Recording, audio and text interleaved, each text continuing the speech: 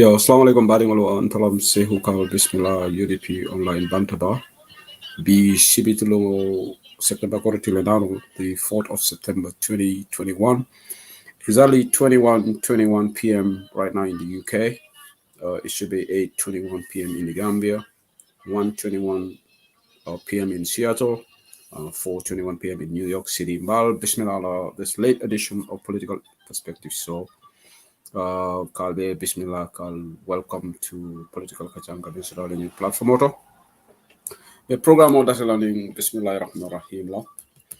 Almanga funda kono alhamdulillah rabbil alamin. Mina kachal min surla gasi ke kachati mi alonko. Sente na fa ayatol na fa Gambia Banko na fa United Democratic Party na fa. Be duwani la Mario bulu fanam.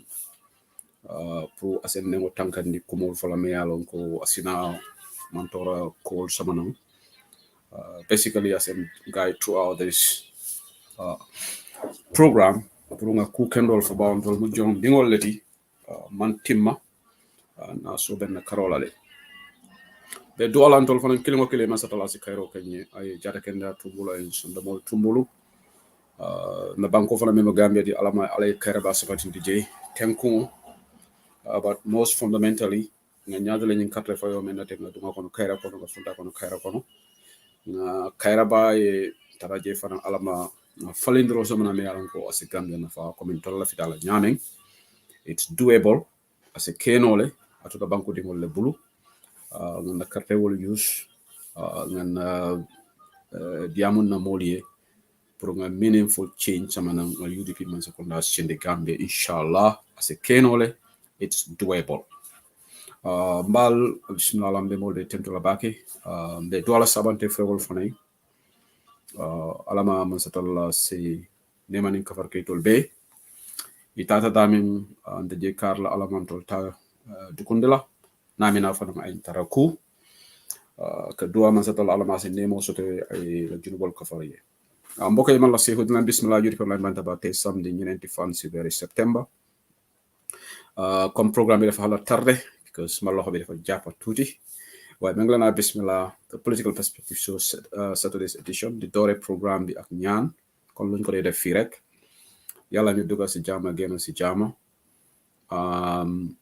edité luñ fi wax rek moo am ne loo xam ne dinañ def ñu njëriñ askani Gambia njëriñ suñ parti bi UDP di ñaanal suñu réew Gambia tamit yàlla jaama yàgga fa surtout élection buñ jublo nii yàlla ñu dugal si jaama génn si jaama ba pare edité lu fa tegu rek mu nekk jaama pour Gambia yàlla ñu am change ñu am changement ñu am njiit bu ees ñu am njiiti UDP mun nañ ko def te incha allah dinañ ko def despite all the noise of alliance here and there kenn warut a distract at the end of the day 900,000 voters APRC last election luñ Aya Jammeh amoon was 200,000 something was it 218,000 something.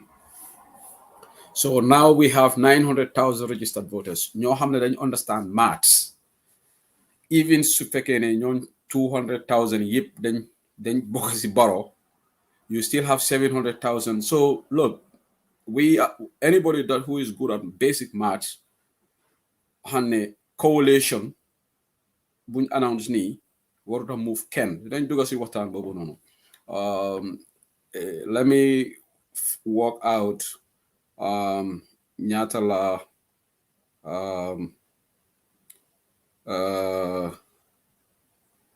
I'll work that out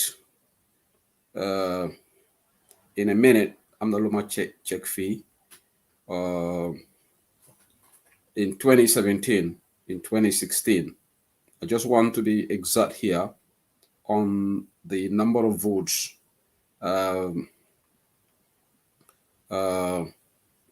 that APRC got. I will check that out in a minute. But Hamnane is 200 and something thousand. Ola Jammeh Amon. We will check the figures later. Okay. Let us go into the figures, and then we will find out. We will go into that. But what I want to say here is, ken warota tit, ken warota ragal, mokana sila UDP nkulu, alenga nyalo sin kumbakang, nga diamo mole kulwoni horomokang, nga diamo gambianoli pour ye kartova UDP. Ntola amanya na fem falina because nyimu kulete me alonko ngalone ko abe kelale ketale ko ben bila nga announce don bari ngalone ka be kelale so bimbe diamalo wala bakele fadam ni election kumaya battle Gambia ni election banko dingol surtout tol diaspora ko melialon ko nga very big role they play in 2016 ka Adama Barrow samanam coalition government elect ñi mundol la makati by electionality ñi mundol la watajo by electionality membe ke Gambia bi is unprecedented in the world namana moy banku kan abe ke Gambia drone wala na son danga foko we are rare breed of people ndol fana mo ramadi mo sifa doleti bari ntolo nyanda menkal at United Democratic Party na level aning parti dulu melialon ko lafta falindro kela alinga focus. We should not be distracted. Nyimu karfe fawolti meyalon ko ntela jeroto Gambia din kendolol Gambia patriotic Gambians melialon ko be tonyale fasa kan wala ning ntela jeroto mel mantara tonya no makam ntolla bita election la on December 4th ntela hadama joya miroto ani mojama UDP be lorin tonyale kan alingo tonya defend alingo tonya norma, it doesn't matter mona be kekam. So mo kana scared na just social media mo ba kekay ba follow, oh this is a done deal, mona done deal tajang. The good thing is APRC grassroots wolu ngela audio lu moyle nga back class jele nga camp fula je APRC executive ani aliye mol men je holo kono bi wol mu NPP la mol leti wol in fact wol they were never going to support Jammeh Barrow UDP sorry bala gaba jahumpan hin Fatumata jahumpa sise wo grupo wo APRC grupo wo hani coalition o monso wol te katro fayla UDP so mo kana sila bu ken ragal ken waruta ragal they form the coalition. Let's see how this marriage is going to end. Gis nga any mbolo bo xamne amul dega defuloo ko ci yoon loolu mënut a prosperity mujj bu rafet mënu faa nekk. Right? We will analyze this for the purpose of pour suñu audience pour Gambian suñu déglu ñu boba xaba xeex bi dafa metti woon xeexi Jammeh bi dafa metti woon xeexi 2016 dafa metti woon ñun ñu jël Gambia jublu ko ci yoon bu baax ñu am nji boo xam ne moom intéressam la intéressam moo tax mu jënda bulletproof car armored car moto boobu bu ngeen gis noonu bulletproof car la moto bi Sénégal la jóge on Thursday night ye feriol stop le wo moto adunta feriol at 3 a.m. in the morning pour Barrow eta is a bulletproof car ne alon ko ye koli jamale spena kuna pour ko moto bulletproof moto san Adama Barrow bari ñi nata wato la me alon ko Gambianol be kumbo kal l'hôpital no so la mamme bota strike la they call it off bringing secretary general de kacha soto ye promiso di la ko september karotil worowlo e be la julolu be e be la kodol be jolala but wo wato kono lem no so be kumbo kan fo news tata BBC dunia be alon ko Gambia la no solo ani ñim do ko la membe l'hôpital te man content wo bebe ke kan president me mi rafe nakata bulletproof car sang prate ko kula andu biraya sam fanam ay Gambianol hadanyile adunta la ak NPP wanti nga NPP mol moyle ibe fokan iko ni UDP ko sai la fitaka NPP la copy ko refereta UDP 1 ke adi UDP 2 ngoy ko hani UDP ndol mu foire patinati Jammeh Musa na la Jammeh Musa ya anamana APRC ay AFPRC 1 le sotono comme official quality bring coup d'état que la Armed Forces Provisional Ruling Council 1 and in 2 and in 3 attending sanani Edward Wall but ala political party APRC 1 wana manan soto so Gambian wolbe batari Gambian ñi sona dundu bi mu ngi ser Gambian ñu ngi lay joytu ci affaire sovereignty de kabi amuñ sun bop suñ soldari they are relegated to be backbenchers in the army ci security because president is adon ko de jegeñ e because da president la na Gambia sojarolu wol kata samata fitala leti barracks kata si campol to doron ka si bari president fo bu ko suti yalla na le netalo jibe close protection unit abe mu Sénégalais wol leti wala de nga APRC muso do moy Awa Sanyang atebe cample ko no me yalan ko ani Fabakary Jok Tambo Jata wol man ta camp kili ani Rambo wol itollondi APRC la other group to melko say no to coalition group full de APRC wala tin nga NPP ko jël ñu celebrate la yalon harama de ngoni man crossé ok ite bu ko cool ja APRC mantra intact APRC kate wuli keme fulani fenne soto last election bari momen register ta ñinan mo wuli keme kononto so ni wuli fula bondi je mo le tudde wuli worowla wuli keme worowla so simple math and what 200,000 of them a be man tara fayla APR Barrow because divisional bigi ila kunukumbalu nga moyle former ambassador to South Africa Blay Bojang jere Sanya wala Laji Sanya wolu Eme Bawolu Lamin Tamba wolu APR molu melialon ko wolu de against ye bembale soto foni and don't be surprised nali aje wolfana press conference okay counter process ni drama man bamflo on koyto le press conference okay bi adama barole koko ozone joye because wol ñu man brim fabakar tambo jada wole press conference start kabri aje be botaje ina mana meeting okay hotel auto na manke biti so 1+1 is 2 ngalon ko jamme barole je joye bari ko agreement auto ile cabinet ministerial positional deal lale anin jamme la murungo bari yalo mon mediam la APRC kolye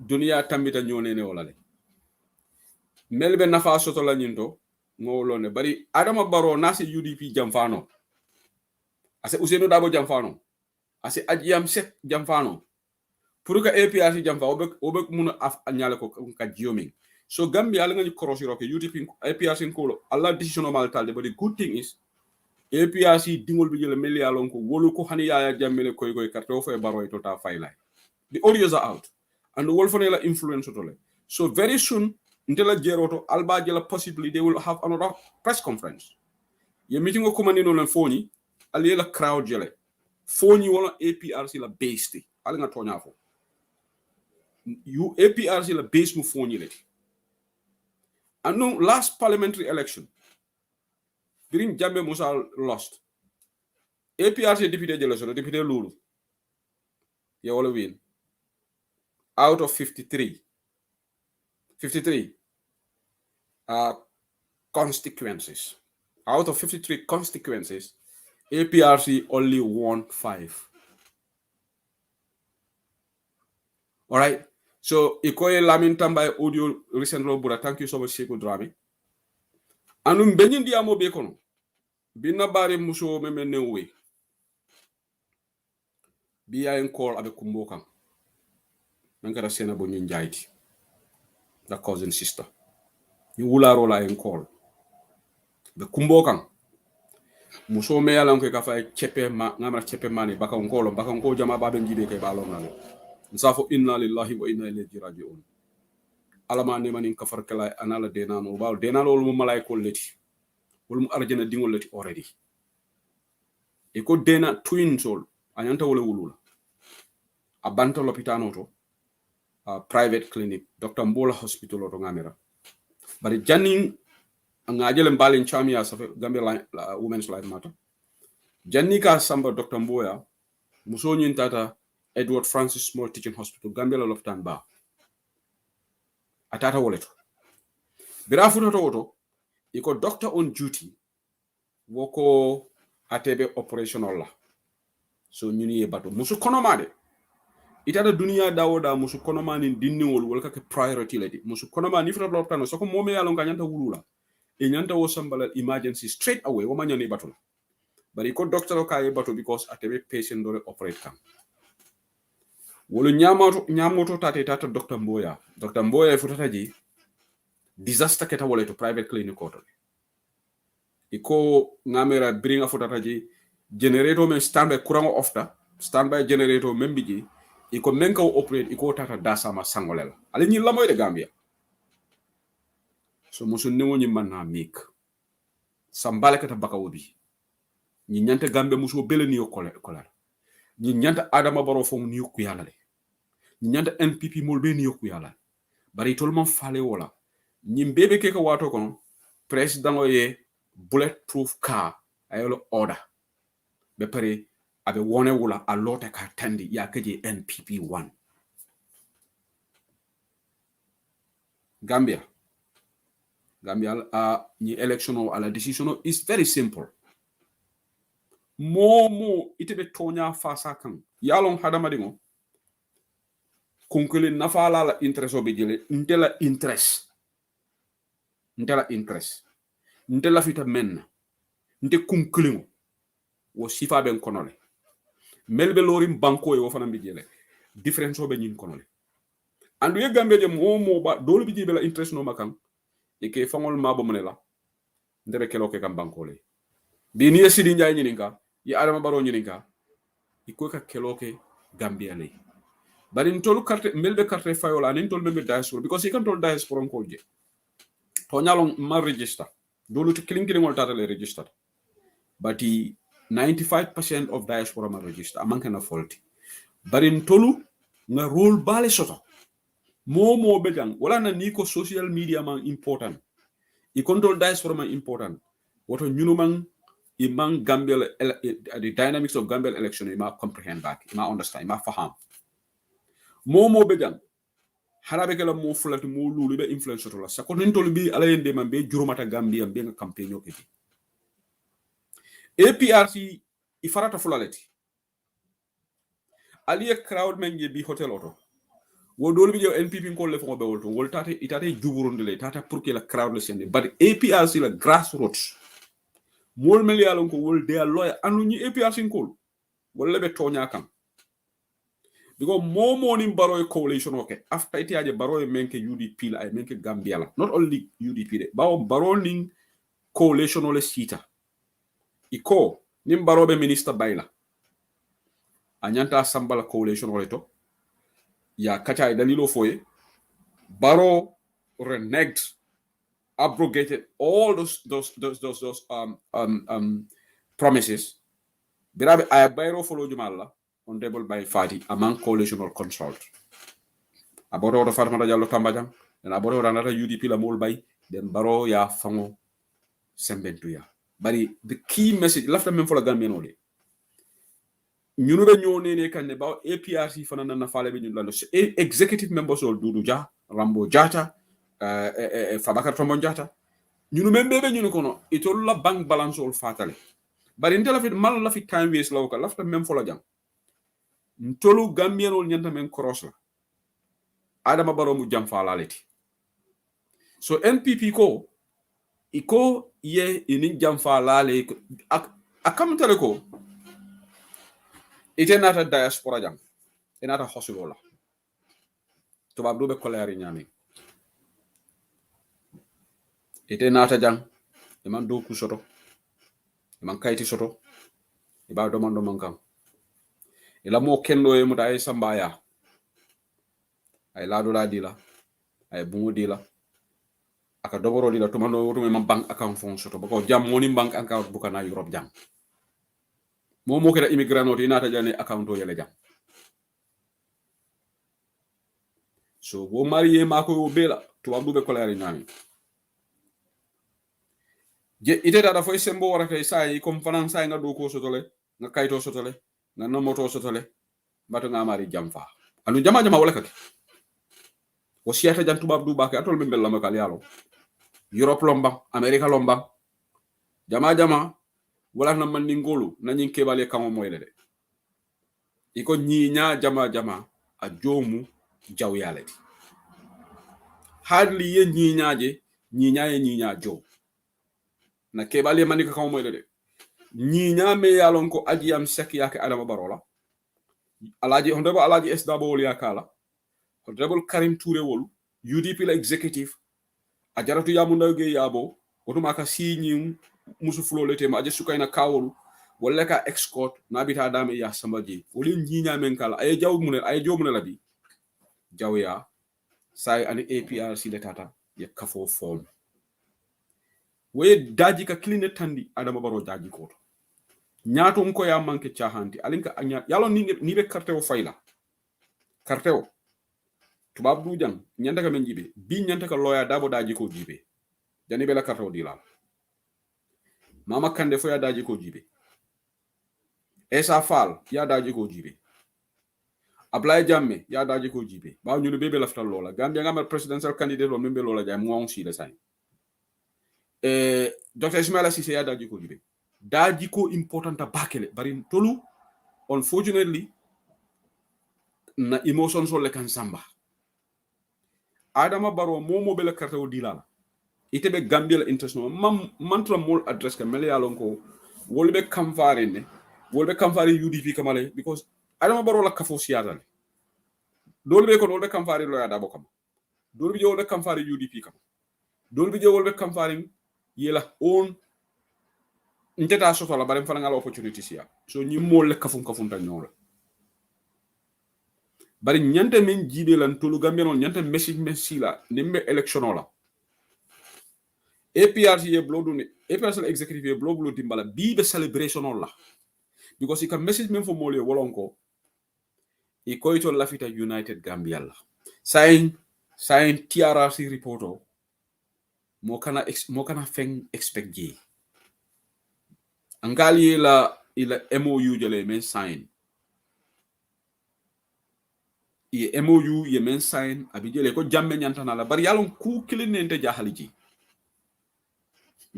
ndenga bala ni APRC executive members oli smart tale bari yalon ni moy grid e grid ita hadumeta ika kule ke ite fonkalo ne ko je adama baro kale ko ni nga election o win 2021 be jaya jame sambala na nga benefit o diala muna na make say munatin adama baro mo woke sign luta adama baro indi wood adama baro now the MOU has been signed. It's going to be NPP alliance NPP APRC alliance is already signed. Fine, so them nomination is going to be APRC-NPP alliance. So what is stopping Barrow from giving amnesty to other? Luta mungi wara har mu win election. Yalo nyo nyame ngbe jande, nyo nene wala be jande. Anum Barrow e UDP tulo fadi. Abe mengala nyinola, ni APRC nkolo. Nkoyo ko abe minister ya dilala, abe bayro follow le tolela. Nimbaro alaman tankal alamante futala ro because they believe to ko inshallah bafal inshallah UDP bani election will win. It all look at the maths niatar hanatara UDP form they are not fragmented, sorry astaghfirullah, hanatara APRC form they are not fragmented, iman divide ñin 200,000 kate kese kemi fulobe jumale a garantie ko be ko fay la barole hani alliance so form ite ke la alliance so excel bari ite kate keso be melbul to mando kilingol be jele ba fola da ñi election o abe interesting na bakele so mo kita kare farajam akana mo move victimolu, it is sad for the victims bari Gambian ndolle nga victimol la kelo ke nge ñafita ntolle be victim ntolle ñi Gambian wala ala la carte wala use keso use UDP man sekunda sindi tonya sabati Gambia la ko bala fa warta inane amoy banku jumale to biriya Charles Chelo bondi Liberia Ellen Johnson Sirleaf Her Excellency Amanda ni Charles Chelo la patio e alliance form fayo kele hani anamananke banku kan menkata Gambia bi is unprecedented because nga jamfantum president wala soto nga president wala soto me alon ko ate kunkilo wala interest wala kumayata Gambia man luma advice voters yi Gambian ñoo xamne dañ bëgg Gambia ken warata olu Adama Barrow APRC executive sen bop sax 100% oluñ ko in their hearts oluñ ko waye ñom xaalis bi la ñoo top waye xam nañ ne Barrow jam fakat la Barrow or kat la nit ki jikkoom bi nga wara seet soy sànni karta da nga war xool ci jikko nit APRC lañu groupe do alibatu ni wol fanan di amata woto wala Barrow ba lon ne ko ama APRC soto because you know fanan mina lebe di amula nte nobody should tell me 1 + 1 is 2 ibe la press conference o kala ibe meeting o kala anu ni wo meeting o kala woto mo le Gambia be ba lon ne ko Gambia APRC e mantra campaigning so ndeka March le fale jang cool analyze Gambia la voters anun dindingol la gena register this year musolu fana register wuli keme kononto ni wuli keme fula bondi woto wuli keme hani nata nun comme APRC 400 or 500,000 voters in 2016 zafa this is monumental ni waratal de bari APRC jelo soto wuli keme fula and wuli keme fula talatale dol tara UDP dol tara GDC sain dolbe NPP so demandingo men meji wolle talata aliela diamula bal moy jandi meli yalon ko they are very influential at APRC because tonya ite diaspora bondi lano bila sita dudu jawol ba fala ko nyin diaspora lamin tamba wol ma important but before ining adama baro nyin jamfaya city jumal le ka APRC sponsor no nyin diaspora mo le ke sponsor ñun le lota ye meeting wol ke ka funding ke ka fundraising wol ke asobil wafi but sa yewol be damfule so UDP ngolu nothing has changed us here. All right. So imagine the total supposed base of APRC is not more than 45,000 and it's divided. Even Duduja confirmed that they lost most of their supporters to UDP and NPP. Tonyalom. You know Tonyati. So nindebe nyinko analyze la. Mbatunga Lamin Tamba la message yo play aliyajam. Because moluko Lamin Tamba di amtale malay manefo.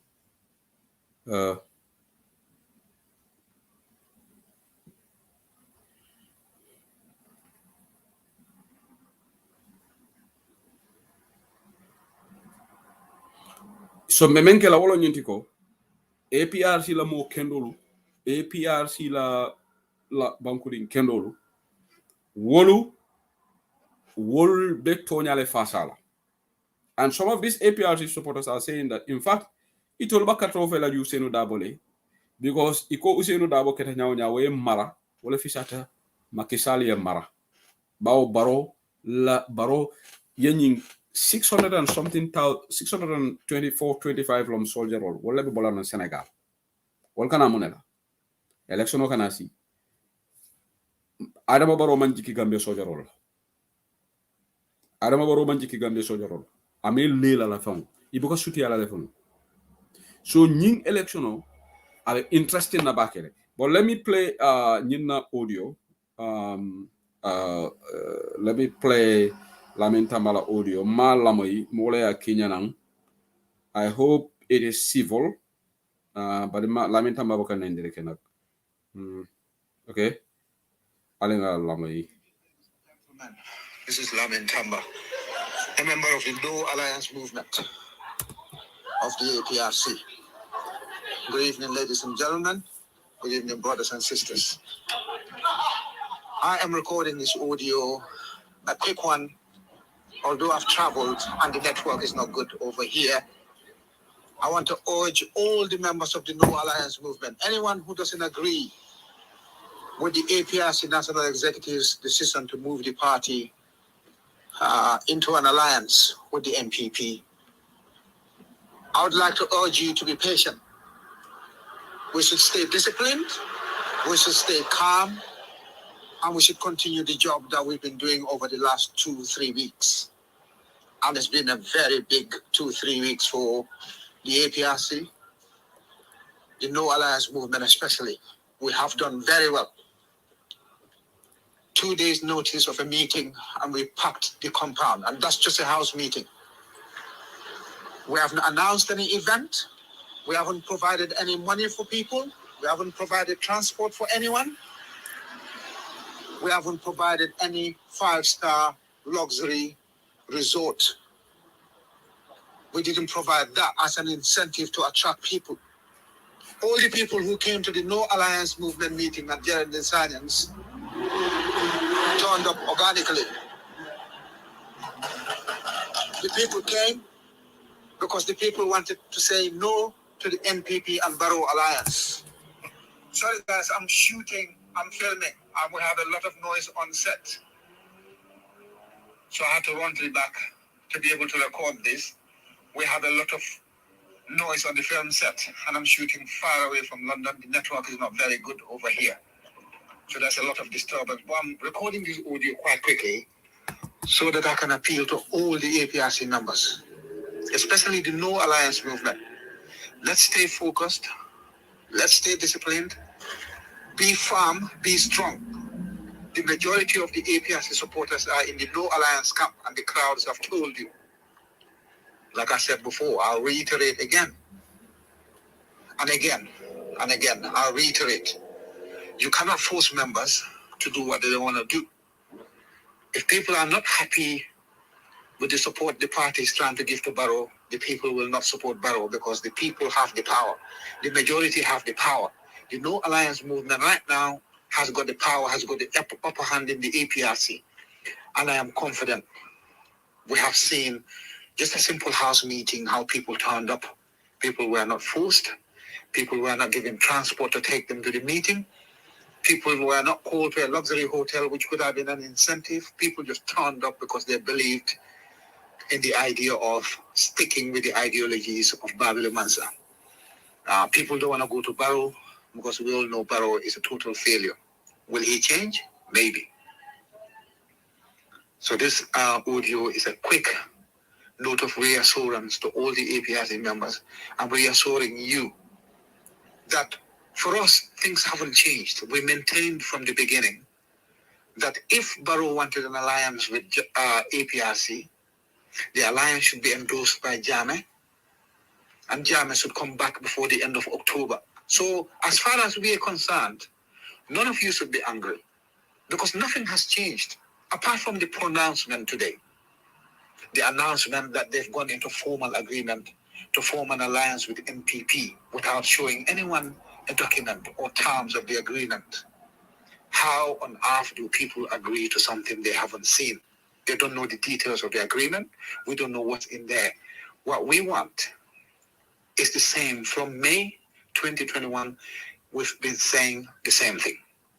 If there was any indication that Babylon Mansa has been betrayed, we will refuse to follow orders from the National Executive Committee. If there's any indication that the majority of the members disagree with the idea of working with Barrow, the alliance will fail. So for us, the No Alliance camp, the NAM camp, the No Alliance movement, nothing has changed. Guys, just calm down. Do not insult people. Do not insult the National Executive Committee. Do not insult Fabakary Tombong or any other person. Just calm down. Time is a healer. And time is a master. And time works miracles. Be patient. It's likely we will hear something in the next 1 week or so. There will be movement. The No Alliance movement needs to ramp up the pressure. We need to ramp up our actions. The time for talking has expired.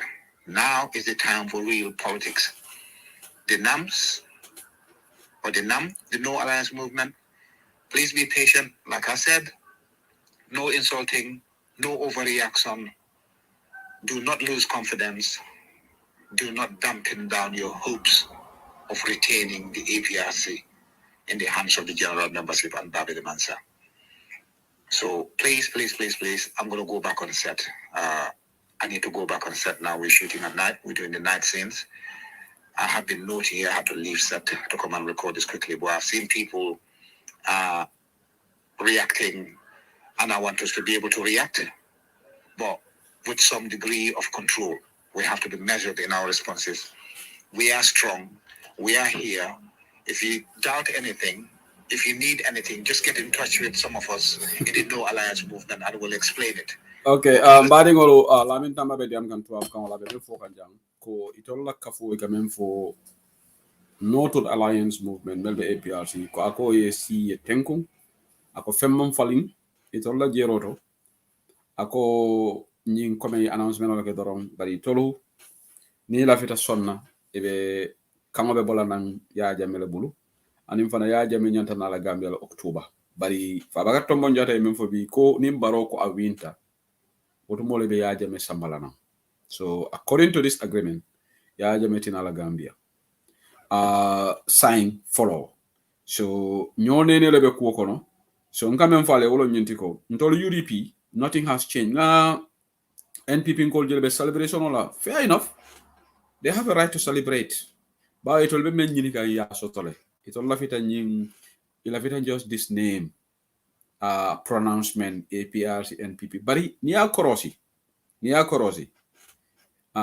Psychologically, nying it's nyimu is a big blow to NPP. Mananam ko big blow lo. Because President Mesiri ako ate election o win. So waga desperate faka APRC executive bribe pour coalition ko wote salon ko baro jahal dal banim ba de wonda ke kindi role ke ntolunga menkalam to dunia ko opposition le ka desperate alliance form because baro alliance to already NCP bala kample NRP bala kample PPP bala kample je ni fenge ni na parti fanan Henry Gomez fanan na parti bala kample so parti nani NPP wo be man kanya so ya ko APRC fana yo ko woro baro jakaltale UDP baro sino baliandi bari Gambia voters will be même vote la on December 4th wala l'hôpital la condition will be nyami marchandise will da be salaire nyami lack of security sector reforms na sovereignty infortalale na president foreign forces will ka kanta wala sovereignty economic sojarolu I can drive all bute Gambia le fembuka kera men diate ka wala ke mbe points ole tandela le ko nyine mata to an average voter alliance with APRC baro so-called alliance wole we l'hôpital la mane falinje we atane le ko musol man bantra bankan timoto ko ma fo bi fa muso dinni mereng anala fulandim fula ituta monete negligence lack of facilities doctoral mala ko sembentuya ya samba private full ni sango kono musu jelle banta tingo kono because man sekunda mantra focus kan ka banko do kure ngama ko president baro ka te monete president baro for roads and bridges right but ite bekela president baro road and bridges they manke president baro for health and education and agriculture ngamer baro nyanda nyina folo janibe bridge sol ni road sol dokula molla balu coin sonaya marchandise sol dabe Sénégal in Gambia the too expensive cost of living is too expensive Gambian ol manke no kilimuti nani commission of inquiry ol be aman nafa soto sign jane commission in the doldrums TRRC most likely is going to be in the doldrums millions ol waste reforms ol leketa wala na wolo brain doctor ol be strike la mbega mere docteur Samate desana la ko bala fa warta wala na bamba masko fo susula la a kinga kungo kono ba fo ndondolo la kimbang but Dr. Samate ko no solu wala ni strike is politically motivated political interference Dr. Samate la ko bala fa warta a surgeon mo melanka karanta ite man ku mira ikafo ko no solo mel yalan ko wolu be la rights of the fight kan bari ma jate man menke no ha toure na tay woleke no hay common sense approach use ani doctoral ani no solo kachata kul woni hormo kono ate Dr. Samate forcé o use no ha smart thinking use I will engage but Dr. Samate was even threatening no solo the mol member report nambal baylan so ni APRC-NPP alliance muna nanga programo datini wala bi because ngaje ko diamo sia bata Facebook to lebi people thought NPP could have a done deal there is no done deal here unless Allah marks man better unless Allah basic arithmetic wrong go back to 2016 election results all right did Jammeh got 500,000 votes did APRC get 400,000 votes in the last election no. Master. 200 and something yola sort. So fragment the key point is APRC is fragmented. So Gambian all nyanda me understand. Alinga focus ndola karte fewkan. We engage our voters. Mo kana distract. Alinga focus na Gambia bondi nyimbulu jawo kono. Ntolo UDP nothing has changed. Ebe ferol bele use la. Alinga focus nga molu samana patio kono. Alinga molu engage. Alinga diamo on issues, cost of living, jate kendela bunda, seno bunda la fertilizer fele fertilizer. Fertilizer boka soto. Ida malia start kabe wafi. Ye fertilizer sama fertilizer scandal jele keta jam. Jamando. Apoka soto. na general man jamando fonsoro ñu leñante que la talking issue sold APRC to ñalom itolle mara sanji morning fula bari la stronghold be min tole foni let me read this. Somebody said he sent me something. Let me read it now. Malon from bro, don't common sense WhatsApp be because okay, this is okay. All right.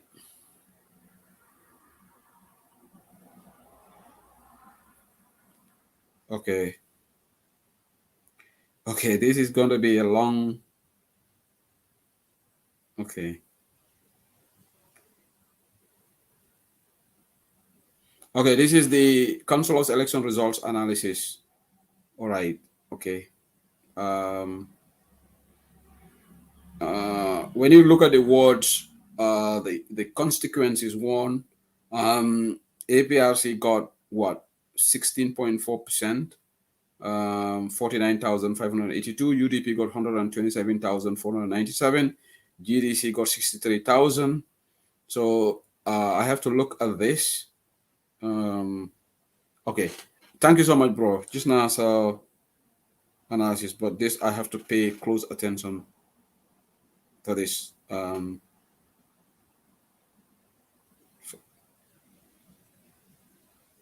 Okay. Okay, this is analysis of 2018 local elections in comparison to 2016 presidential election. It's very evident that APRC only contested 3 administrative area councils, which are populated, blah, blah, blah. This KMC, 17,392, Talending, Ibotan, Latikunda, Mampotokoto, Banjul, 554, Brikama, 24,000. Okay. So this man is making analysis that the total of the commanding vote was around 43,000, which will be far less at present. The hype of the support measured by the crowd is all down to APRC using similar strategies as UDP when they have their political rallies. Okay, somebody wrote this. Okay, I think I'll have to look at this, and thank you so much, bro. But the most important thing here, I think we are all talking of the same message. Membujang, he control UDP called panic talent. Panic, maso londe. Manteman panic. Ni manjana mo move la nyanda menkala let's be resolute ndolbe men na ngake ni election or dynamics jamale beji 2016 esa fal mal law apply jamme mal law ni parti jamal man law so ni momo kan 2016 election results all tie ko whatever determine who is going to be in state house whatever matter you are not a good analyst dynamic jamale falenta in 2016 de in 2021 dynamic jamal be falena de so mo kana panic mo kana move mo kana jahal nga modol je safroto le bafo gango ha baro already won election so dol fonga 200,000 code you know if you are a critical thinker dynamics have changed mol move tale mol membenu APRC dol nata UDP all right so people have moved from different political parties to another so UDP we are in good shape ni alliance o ngalo ne ko it was going to happen so jumale be panic la and like I said the most comforting thing imagine General Kurubal who is this General Kurubal ako your body language shows that you are panic well you are a poor body language reader I am not panic because I know UDP will win this election many election will win all right ndenga information on mensoto not only as to UDP like grass APRC like grassroots Barrow will be shocked in Foni abe vote jelle sotolaji Barrow abe disappointment on sotolaji abe disappointment on fonso na election in fact nyine fon about in the Gambians are going to punish Barrow in the polls all right being Gambian le falindroke ye falindroke for the better but not ka opportunist tol sembentu ya fa bakar tombo njata wol opportunist tolati sidi nja wol opportunist tolati and the cool heads in APRC wol mu Gambia dinken rolati ali la moy sister awasanya na diam go fanana ngamrate fanen diam tale mbala audio play la jang da ko no this one de ali nga wo fanan la moy you don't marin de diamu na tan de no anu nete min folal mbaf ni ale en tapale yam de diamu na anu manale kuma mo min man diale adia. Okay, she's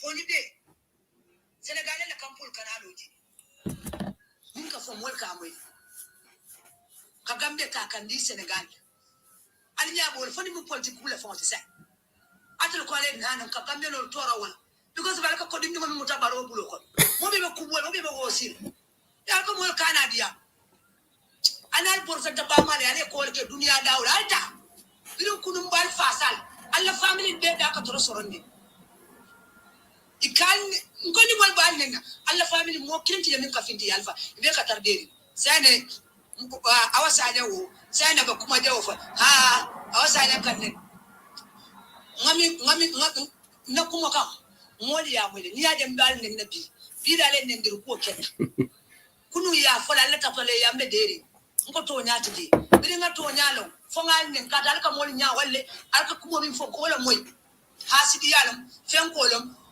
adiya tali akuya tali makaito sainale ba saina fo nga fara ha adiya ta moy akuya ta moy me flag de la chooslen tuka fo data le mol budu mona min jite ala jawul kila jawul anabi jawul setan mariyo mona mu ali mole patiyo kula ali mole firi okay la vida awal damen play la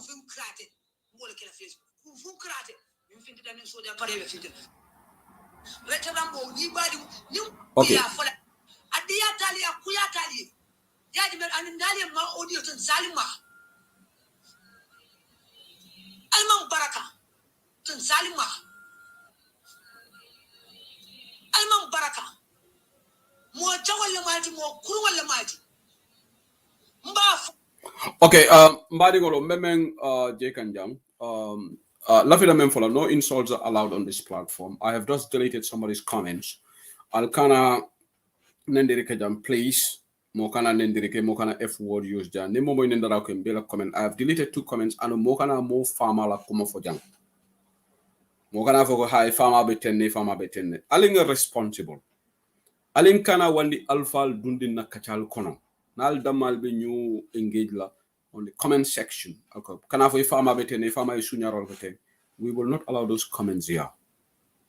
So nga comment fula delete jang nga mo dole ja nendiro ke so ni mari nendiro ke ko tenga I'll block you from this platform ne block la le al kana mo ta yeah. Okay guys, all please UDP, some of these UDP supporters for now apply here banya alin kana distract. I'm tired. I've been on a meeting for a couple of hours. All right, well I'm not allied. I'm not panic. Right, why would I get panic? Who is not aware of this alliance? Sometimes at all you are not helping the situation. All right? You are not helping the situation. Why would I get panicked because of who didn't know that this alliance was going to happen anyway? Barrow has bribed these people from the word go do Jawole Kodotable Rambo Wolu. Wolatina APRC is in a mess. All right? So UDP is going to win this election.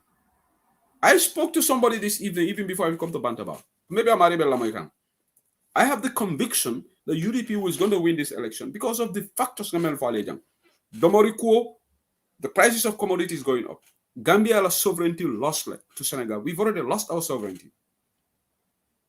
Sovereignty is always a key factor. Bankudigo bankudi kala fi la bankudingo le sementu yal. Momal la fi occupational force la. Bankudima la fi occupational force la. When it happened in Iraq, there was a backlash. Gambia occupational force le soto saying say jurumo le kana keme woron in feng nyimbe Gambianul kamfala the Gambians are not going to varo. Opportunistol damale ba face la. Opportunistol damale ba vote la. Adama Barrow. So alinga focus on the election. So the reason why I to try to calm the nerves, we have to remain focused. Mokana nying alliance ko fun alinkana kacha fang baki. Let's not even talk. Let it not make it a talking point on Facebook. Alintolo nyanta melfola bankobe kolere nyaming. Bankobe difficulty ben kono. Senegalais wolbe mintole More Senegalese troops are coming. And on the dynamics here, you want to Allah fida ya jamel save la. Senegalese soldier lebe baro kantakan. We know Adama Barrow and Senegal, they are strange bedfellows. So Nying is not a simple equation to solve for NPP. Right?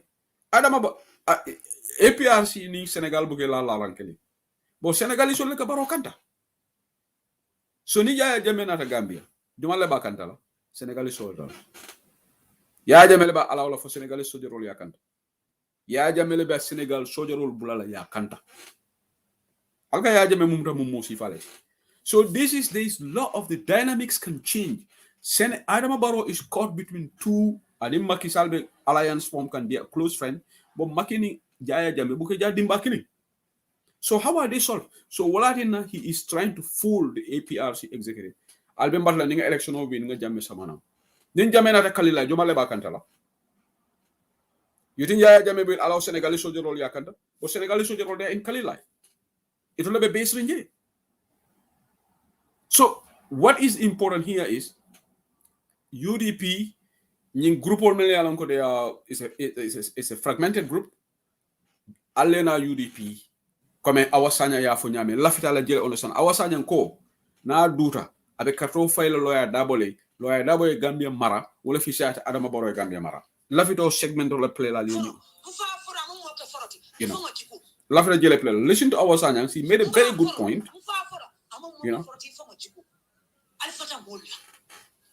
nali tata baroka alta ale kodo mi muta million motolu annata wolle APRC ali asoto barobu alta bari APRC militeno momo barakata militen din kendo be barakata mota bulalata no wallahi anin sa fale majority be yaaje meloko majority be yaaje meloko almon kunoje nim babil man salam bi natalan so adam baron ta kala ani babil man sala finti da bibi lala akanta baro kam ba fara anti tala andum to tere fanka billah wala ajata mata UDP nene me support para ajata na fam mba ko mo be carte fay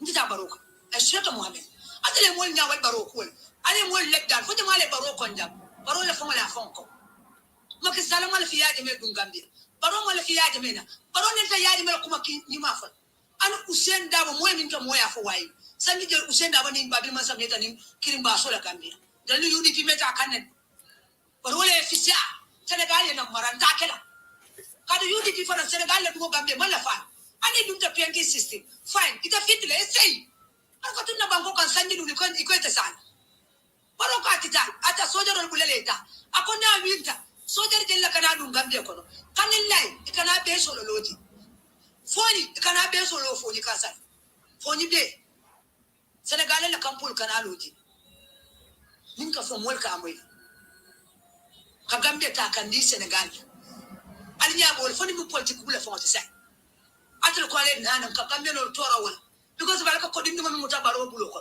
mo be ko mo be wosil ya ko mo kana dia anal percent ba ma le ko okay let me address some of these myopic myopic way of thinking. There is one guy here for fake account NPP Ngol. I'm happy that NPP Ngol can a UDP platform out don't look at our platform because I have better things to do. I have seen series of NPP supporters here. On the window. They religiously follow us. Platform.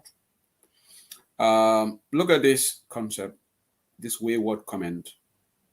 Awasanya mang carte soto. Okay. Awasanya carte soto le 2016 bang. Diaspora nga carte soto in 2016 bang. For Adama Barrow le mal lojang ay diaspora ko tentu ite menka safero keteng. Yalong nal balla nyim kunsorong manya tinkinna. Aliamere molbe le kunsorong. The diaspora carte tembul. But we have influence. Alkanyina jil. Awasanya me ikafa mang carte soto bi. Fa badi ngol te Gambia. Ni audio fongo na ya folo ko ba fola bali ngule katro fay loya daboy ako hani ya jemele kay ko katro fay baro attaque la so bali ngol lo carte wo fo ma important jumal be diaspora je man bali mo so Gambia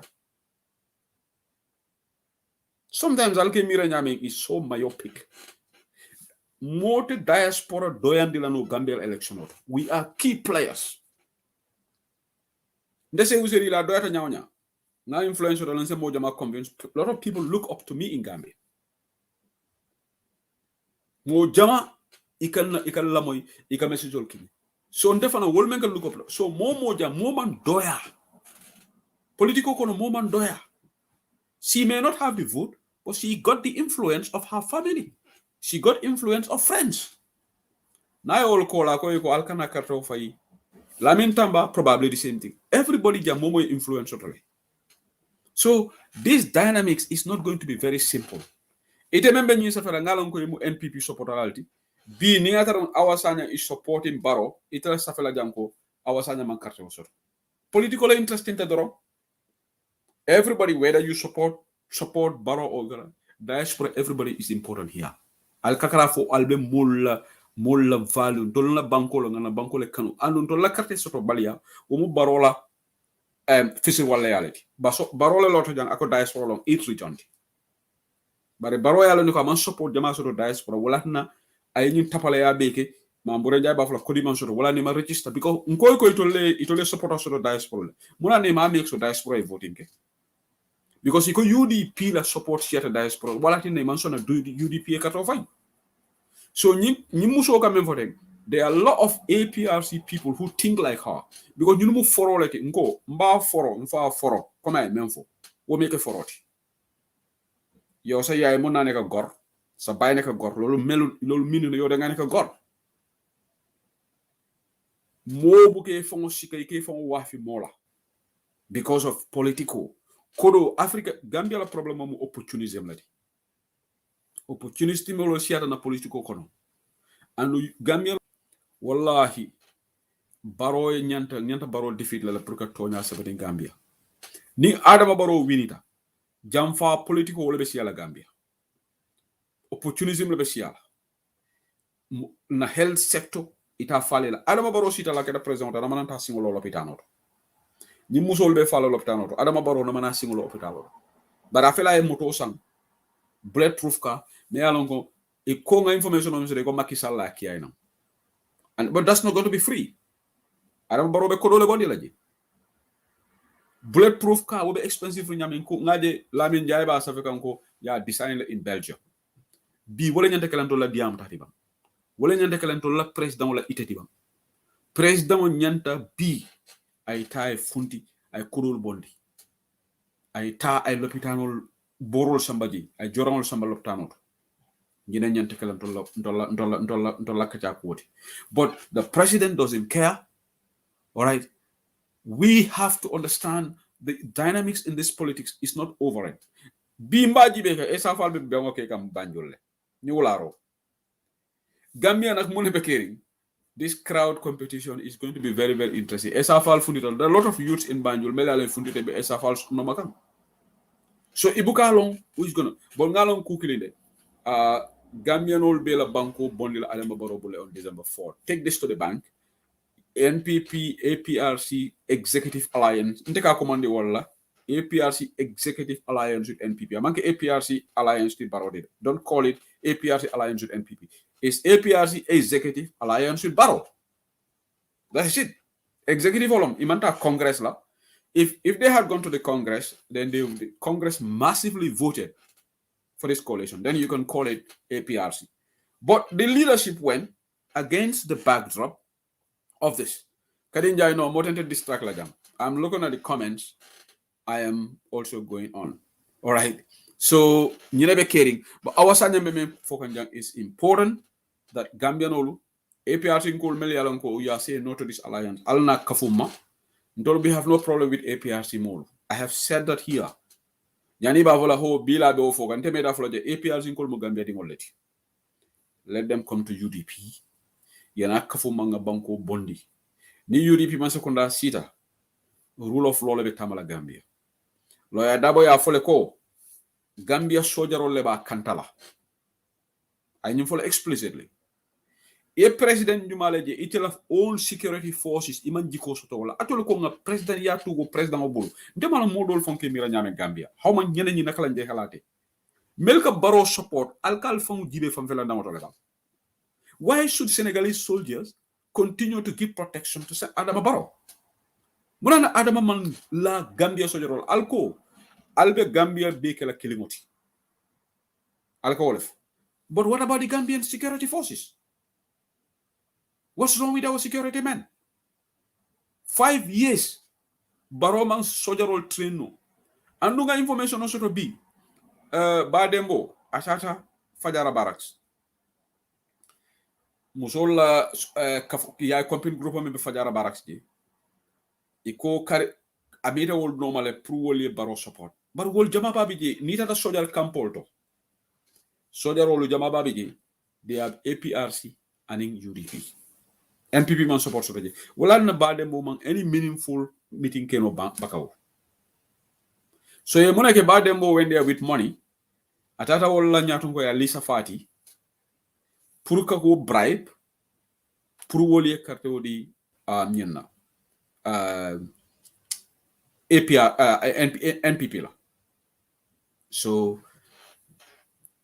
it is the coalition between NPP and APRC executive. It is not a coalition between APRC and NPP. Alin kakari wo famo don't say, nobody say APRC executive law. In a democracy ni ilafita moli bule noma inyanta manakali nyanta congress la kala ade congress ya vote ningata majority ko yes they supported the coalition, then they can come out and say APRC then. But it is a coalition between NPP executive and APRC ala komandi wo nyama but mo kana let nobody lose your sleep over this because monebe kala problem oti jang. Doko brother see who you have decided Banjul has already decided for SFL. Yes, Banjul ba fele SFL. Yalo wala nanga fale ko. It's not only SFL. Banjul votes is going to be very, very interesting. If only Rajane, no soli Rohimalik Lo tentu. No soli fundita ko Rohimalik Lo ya kata. And Bur Banjul, mangla gerembu bahaba. Dere gerejev lunga tahawal nosi as the mayor of Banjul. Rohimalik Lo will see fal nyantaka encourage. But bring Dr. Samate yo moidro at a kibirtako. This is too politicized. Because Gambia, everything is politicized. Mo buka diamono Gambia fon ye diamond issue ima foko political. So ntolu nyanta men focus la men kan wala nyindiko. Gambia right now 3 months before the election. This is a very crucial year for us and the election is very, very important. The election is very, very important for us. Diaspora, we have a key role to play in this. Alinga na messaging, alinga focus wokang, alinga molu convince for them to support UDP. Wala nyanta kala na key message. Mo kana mo tara defante la fang ni defante ba Facebook or mo kana tara la, we don't have time for that. Let's focus. Lawyer Dawole daji ko betat Adama Baroti. Lawyer Dabo manke jam fan tungoti. Adama Baro mo jam fan tungoti. Adama Baro ala jama na kumul men foto bu ko sop. An lu me kuma kelim folale jam. I kanyi men foto ngani nana ngani fojan ne ko Adama Baro le folo en ndiro start Gambia la political discourse. I did say it. Brintada binto bantabanen do. Adama Baro countless times na be diam la platform auto. Akafo mo ni ko itamu multi. Iko itamu patriote tonya badita iko tate money iman tonya fo ye wuli yale. Something like that. I'm still looking for that video because NPP la diaspora kiaman nga audio dole moy kako ntema evidence soto.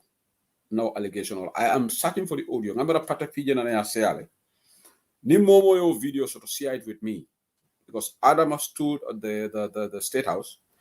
Ako momo ko itamu patriote wo moto dal bani itamu multi iman fani yale fo ngama wuli yale use but malum fa ko ye wulu bang fo ye wuli yale for something like that. Wuli ya definitely the W or I use dolla kenyi roto akalo ya double ne wo nyama.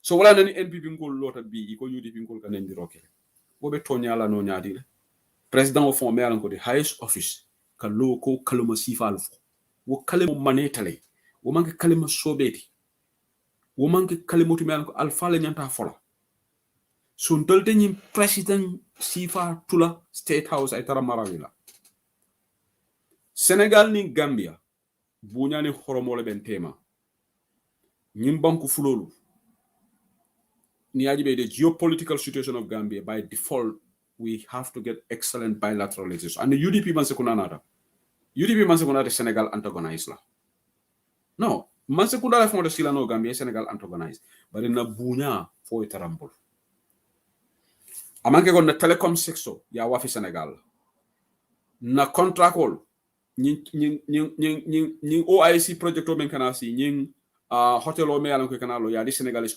contractor na security be Senegal lebol anu adama la ñi moto fo men nata ten moto e bonan Senegal is a security risk to our country president do be ite moto kilete no nyaadi le ite alo ne ko wole mun implant ko so Gambia fo na security everything Senegal can monitor everything in the city. Is this even normal? 5 years.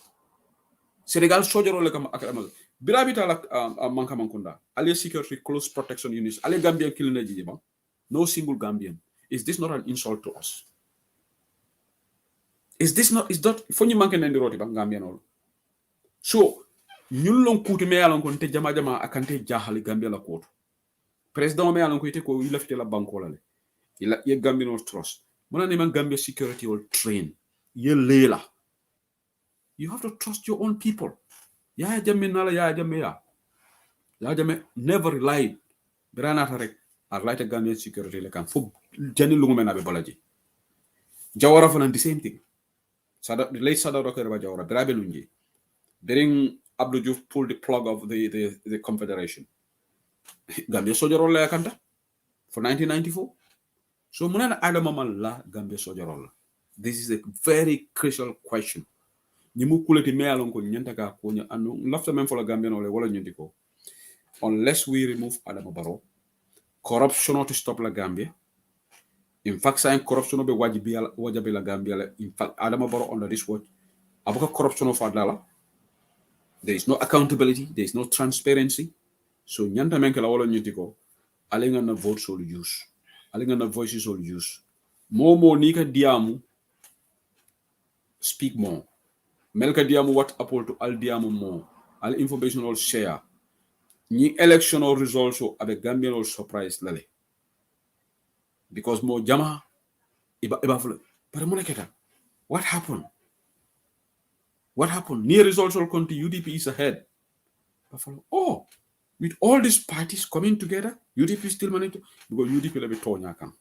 Tonya ni fania ni meta tonya le ba butala. Fania te sembo kam orale de. Like all this noise that they are making.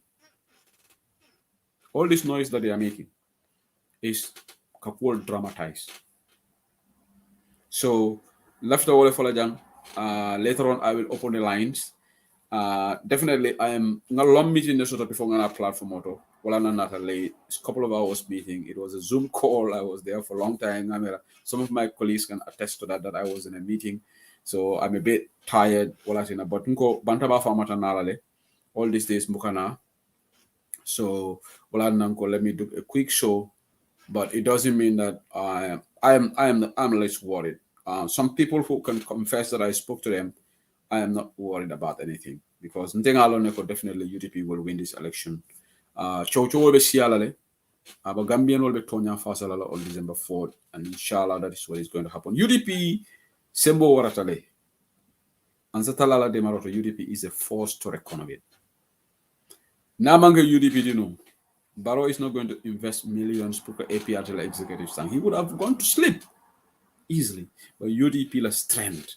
UDP is supposed to be URR, Combo, in Jaras, Nyomi, everywhere it's at a UDP call for it. And no many along could be on the ground. I told you I don't on the ground, but more Jamaleka they are fed up with this government. Funding will go if changes kalale. And no bet point killing for Ali Jang. Nying deportation. Baro na mansekunda ya londile follow. Ike batulani election o botala. Ibe funding ke wolu tens of thousands ibe wole mur de la Gambia. Ibe mo jamale sayindi la.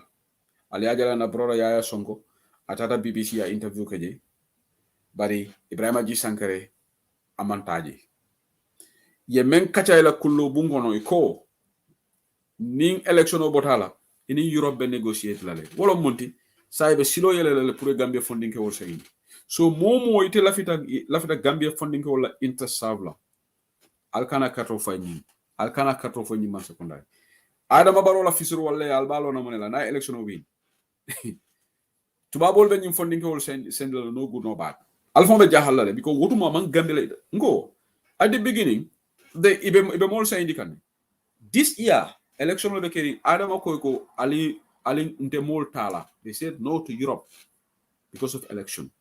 Election will be bola rek alaman tankara na winter. The floodgates will be open for them to deport. If funding ke ol murna nani. For Allah fit Allah funding ke ol mem Europe. Adama Barol Mansekuna, they have no meaningful policies. Ndolonga na tunkul lulo nga na policies ol ngi londire. Na manifesto sementu yale. Bari itol mantra fenne foka. Iko kodo wale katin na muka election win Gambia. So memol tentula jang meli alonko they come here to so some people send me message but nte message sol be read lano. I think somebody sent me a message in Gambia. Let me write that. Okay, thank you so much, Sister Fatusila. Ko Haji Swane speaking in URR. Abediamkang.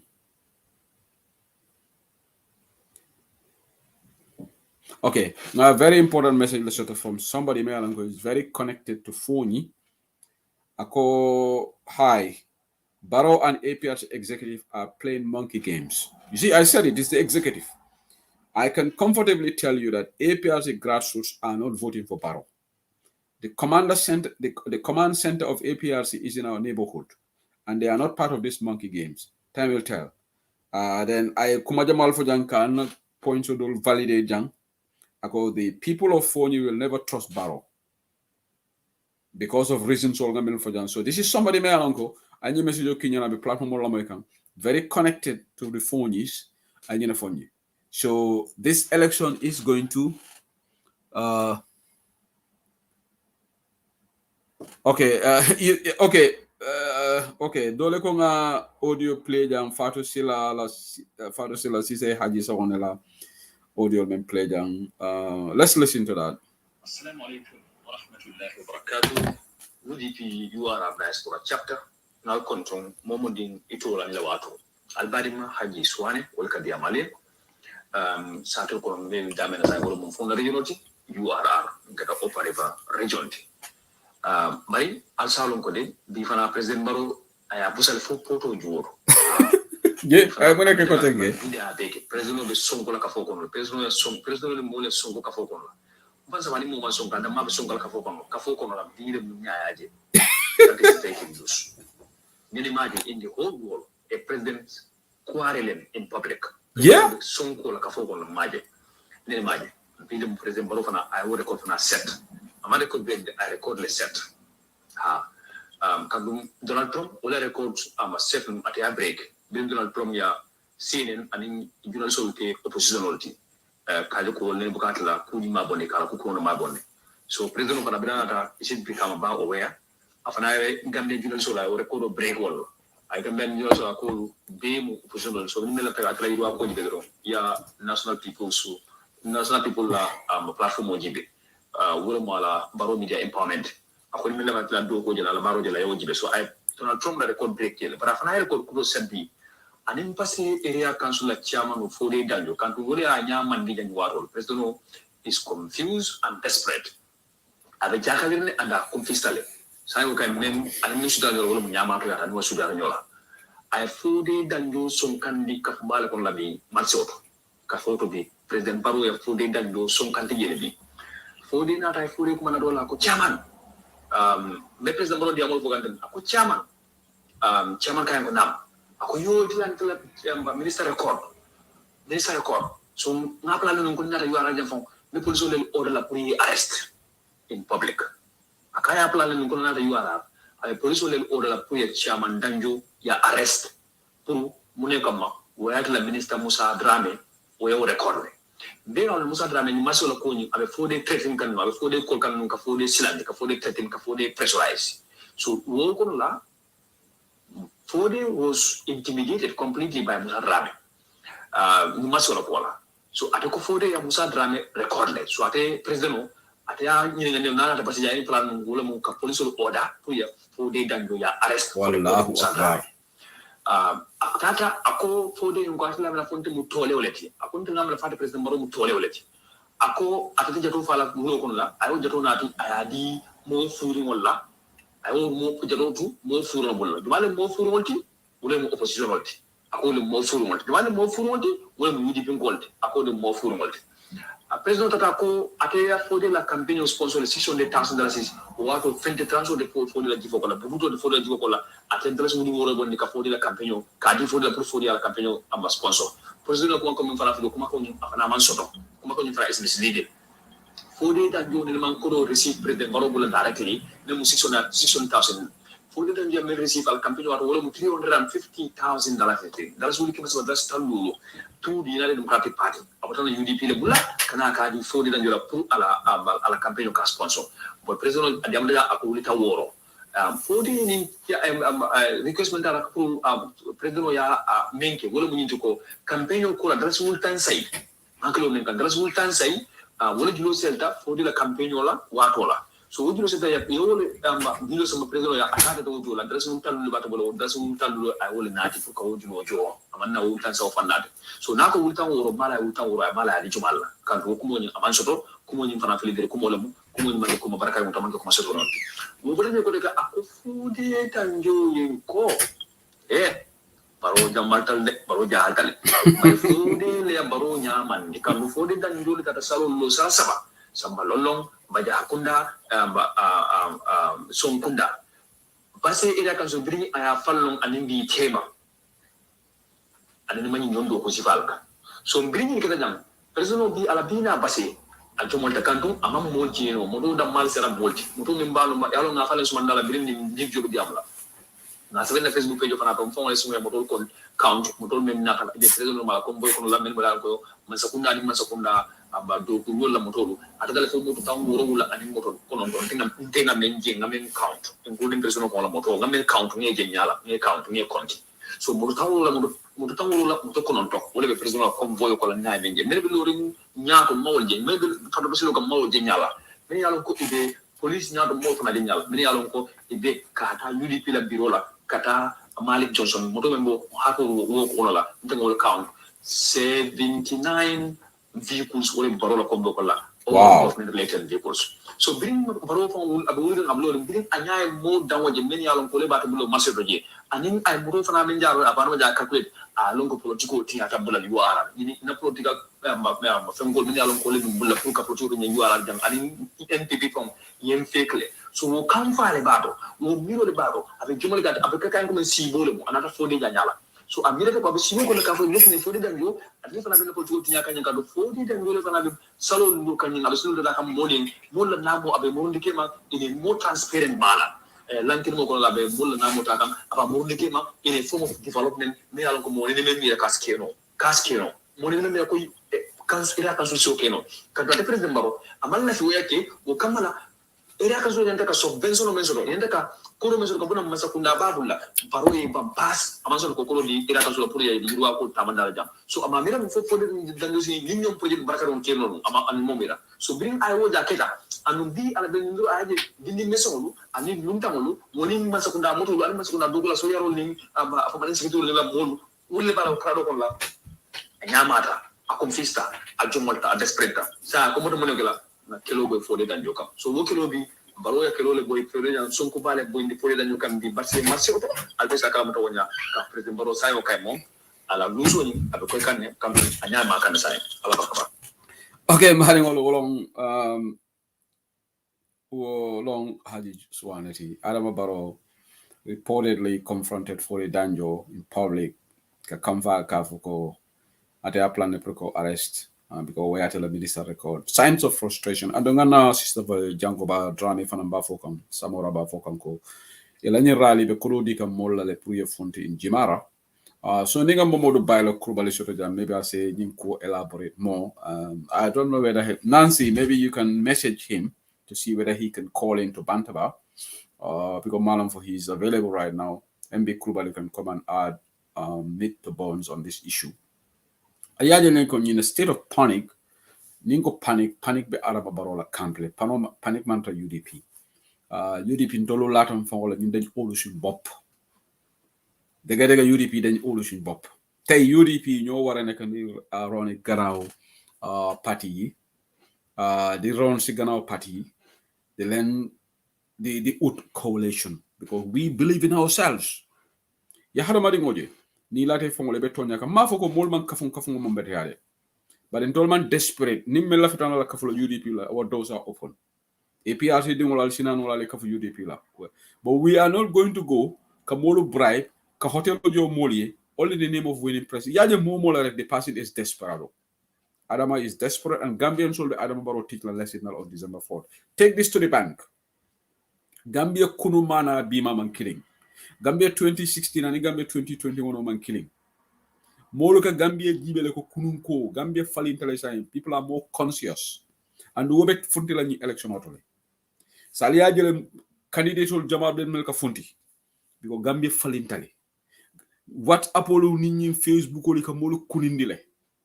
Ye mola consciousness is very different from Kabrin Jamme Biji. Kabrin Jamme Biji what more social media man symbols up to the tail end of Jamela presidency. So ni momo ka Gambian all underestimate, ka Gambian all underrate. You are playing with fire. Gambian all be tonyale fasala. Tonyame molba fasala wolo nyintiko. Ya jeko UDP la leader, menga lawyer Daboti. Wole be tonya fasaka wole lata fongola wole ideal soto proka banko develop ni lawyer da banata he has a very competent team man president soto me yalanga be kala chafu shisha wati president be mu chafu shisha wati mo need president be kala president wati bare ite sula bulletproof kala maki dimbale ma bulletproof ka maki sal yonil masa soldari koku du president na ñem baye fi caaxaan waay kooku du président kooku ganaar buñ gaadu la te ñun soxluñu président moo xam ne dafa nekk ganaar buñ gaadu Gambien nañ leen serious waay dëkk bi nag seriousness moo ko yóbbu président boo xam ne yow sa morom président mooy in charge sa security sa lekk bi sax ñoo ko incul Fatou Ba Barrow fa la make up menka la make up malon ika kuma ni ñaadi la Senegalese wala manka Gambian. Where is our sovereignty? On the lawyer Dabo, na sovereignty be guaranteed. Nyim kunta yal bibi stop lale. All this kunta yal nonsense membe keka na political kono. Memman secondary will support sementu yala. Aliya jele KMC problem membe ni ministry tema sa wobe kiti bundal. Development mantra kenu. Aliya jele Talib Ben Suda ay menke KMC. Aliya jele Rohimali Klo abe menke kambadi. Faka lopitanol makoy. Ale no sol jele yel Rohimali Klo la otra. UDP ale kato fa UDP ngabo nyim nonsense okono. UDP lese Gambia samba no. UDP lese Gambia samba no because UDP is for all. Ale nga bonyim fankum no makan. Fankum te Gambia sambala. Momo kontala interest. For all to Babu Samba. Ika bankola interest in the collective interest of the people. But in teketene, in the kariketene, karikonte ndemanya palaso sotola, that is not going to develop our country. Because nimmo beke mira wonyama. Then where are we going to go? I think a bankola interest ojibe. So APRC and UDP, nyanta mengala, good APRC dingolu, alnali al bloka fu UDP nkolanga nyim president me yalan ko chafu sise kolam ganar buñ gadu la katem president of roads and bridges but he is not even a president he is controlled by another president ntolu nin mata Senegal buñani horomol be tarlantema me collaborate lale excellent bilateral ties with Senegal but Senegal la president de Gambia marrade hani and woman yanakala just like Gambia la president lo ada bonaka president amanya Senegal malal wala neko sovereign state. But today, alika jele fon ñi hot pursuit agreement Senegal din jël la sojara jël la nata Gambia nol bun kilo la wala nga barola interview moy la ko Gambia sojarol fanan katale bari ye evidence kilin tandina ye video kilin tandina Gambia sojarol dunda Senegal dingo bun ya let the government come out of it o manke toñati president obuka toña aka kuma soto balole fo mole mambos presidency fani there has never been an incident Gambia sojarol yudu Senegal dingo bun in the name of this hot pursuit agreement. It's always one-way traffic. Senegal will like a dunna banko kan yena banko dingo tilimbalia yena drive tinya. I have nothing against Senegalese government. We have nothing against Senegalese government, but we have a president be alonko amala palaso timman. Alko nga baro bulaji. Hanin tolte sonna wala. Al sitala le million alliances form. Ngala alliance man tol move because alni NCP le follow an alliance ke. Majango Samosawol, Ahmad Bawol, Henry Gomez, where UDP move? Who man tol move? Go and form alliance. Ngalo neko their parties mele alonko will never be part of Kagambia field. Ngalo neko GMC te tarla nyin kusifa de GDC te tarla J. Doy ni bugata kankoro nyawanya, maybe they will go solo. So this is going to be a very interesting election. Ni momo ni election of Mira. E camera ko bembe kala 2016. You are fooling yourself. This election is going to be a complete different ball game. Adama Barrow will win no nyari le combo. Adama can have super alliance with APRC. Adama can win no combo because Adama make a combo koli. Nangal nyininka. Adama make a combo koli. Combo is very backward. Nita da Brikama Marasewoje, Brikama West Coast Regional Capital. So what are the people of Brikama going to vote for Adama Barrow? If a cut file like Manila. Alafonye, Adama Barrow make a combo call. Nada. Biri election of Kana Sudiale, I started a combo call appoint in key positions. Because Adama ko, ni ben yini mirola mengo men diate ka fole, but in this sheet you act differently. Fonyi message yo Gambian or Almamo ibang. Who should trust Adama Barrow? Gambia carte file out momo be carte file Adama Barrow. Ibe kamfari Usenu Dabole kama. Ibe kamfari UDP le kama. But Kafo Barrow ya nole. Kafo Barrow is trustworthy. Barrow mo nyanta la. Hani did it. Lolu kuko wa. Ede fama ya ko dangan sa bop. Ben voter waruta trust Adama Barrow. Adama Barrow kan moko wara olu. Te be pare morality. Another point ma bugo wax. Moral decadence mo neka su Adama Barrow continue. Gambia nolu ale nga chahano bula. Nga video jele NPP musobe donkang NPP la boso kono abe manyalo kala je nte bala fatale. Aliaje parti jumal al nane yo je doyle bal nane aje GDC la nane aje UDP le ba hani. NPP la muso ya video anu jumal la ya video NPP damal le nyo video because itol meme boso kono itol NPP damal lom. Musobe donkang ya video ya donni fonyo kono. Al nane nyi manya sifa je UDP le ba. UDP la comme muso nyi malon va futu le ba. Fa mam futu. That doesn't matter. It is moral decadence na dindingol te current la nyi sifa. Façon jiko yi kan mo buga am president mo mel nonu. Parti bo xamne falé wuñ amuñ morality. Jigen bi mu ngi fecca bu ñaaw. Ñu ngi nekk ci NPP boss. Ñu video ko be pare tassaro ko ci Facebook bi ci WhatsApp yi jigen bobu non xana dafa wara proud bopam man su fekkene mam may mbokam gatcha dina ma ray kan mo bëgg sa sister wala sa aunt wala sa jabar def façon ak bobu non ci name of politics way li mo fess ci NPP so pour gagner NPP ci nguur gi it is about morality, it's about being trustworthy. Barrow is not trustworthy. Let somebody come and tell me that Barrow is trustworthy. More the NPP mentioned most Gambian will come in a debate for Barrow is trustworthy. Trustworthy wolom kalamola. Barrow cannot be trusted. Barrow should not be trusted. Barrow nyata kadula wa filo hamne fol filut ko. Tay suma sister bi nek France Tamaraba. Man se who said su fekkene dama am agreement ak mom maneko call ma in the evening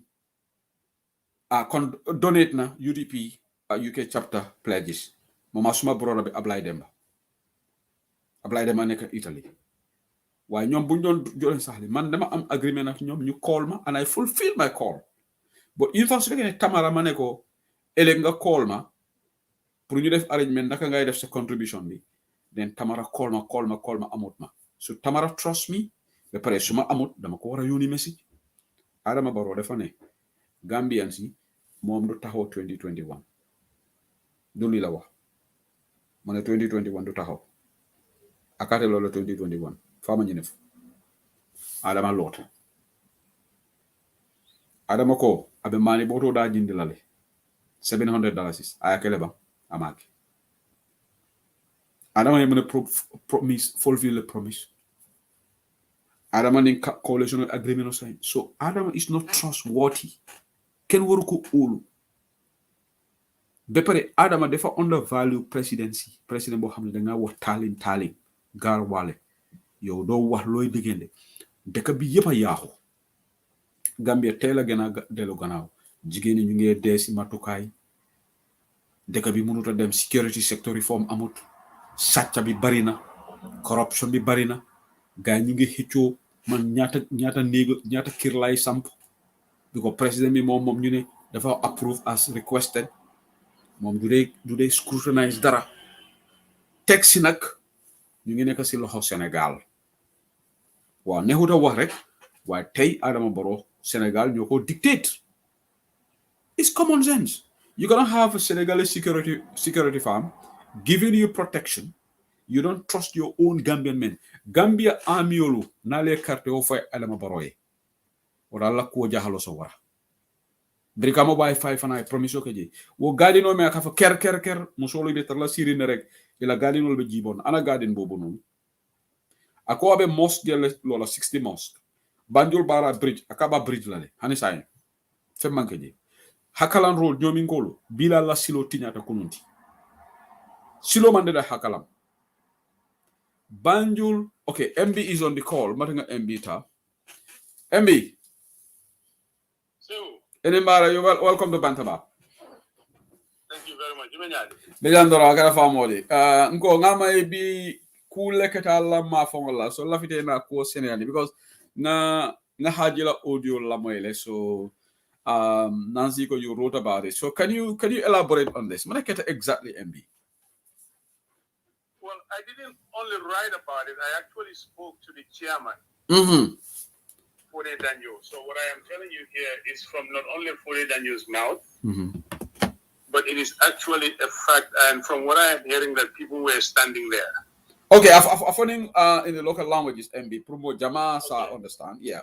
So if the men fokan indele mo ko wala indele nyim fokan ko men kita passe bi dream barota da marso jube.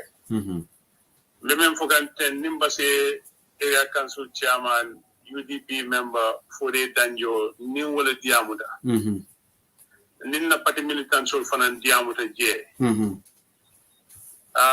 And ni kuya warata baake because men kita molle be loring ibe baro baton kampuraye na. Baro meda Fode normale baake kude kere am Fode offer menna. Nim forobe you are UDP bi alkana mo jibale tan Fode Danjo la de. For all definitely. This guy could have taken money and do anything that he wants. Baro left at the but if Baro nada, Molbe Blue Diga Barola, Apu Baro ya la Blue Shake. Baro for a deal of Yin. Akako Antelon, Akako the phone, Nimoltenu, Mark and the local from police arrest. Yeah. Akako Katu human rights minister record in minister diamo. Because Pase Marse winning for Molia long for my long Kele Bale Bije. Adinya. Ako aka ndani minister in diamo. Ako fore ko akako Kimanke Fenti in the Fenti Halila campaign for Ndelanga dealer 600,000. So MB, let's get this straight. But I've been for like in more follow for more bigere.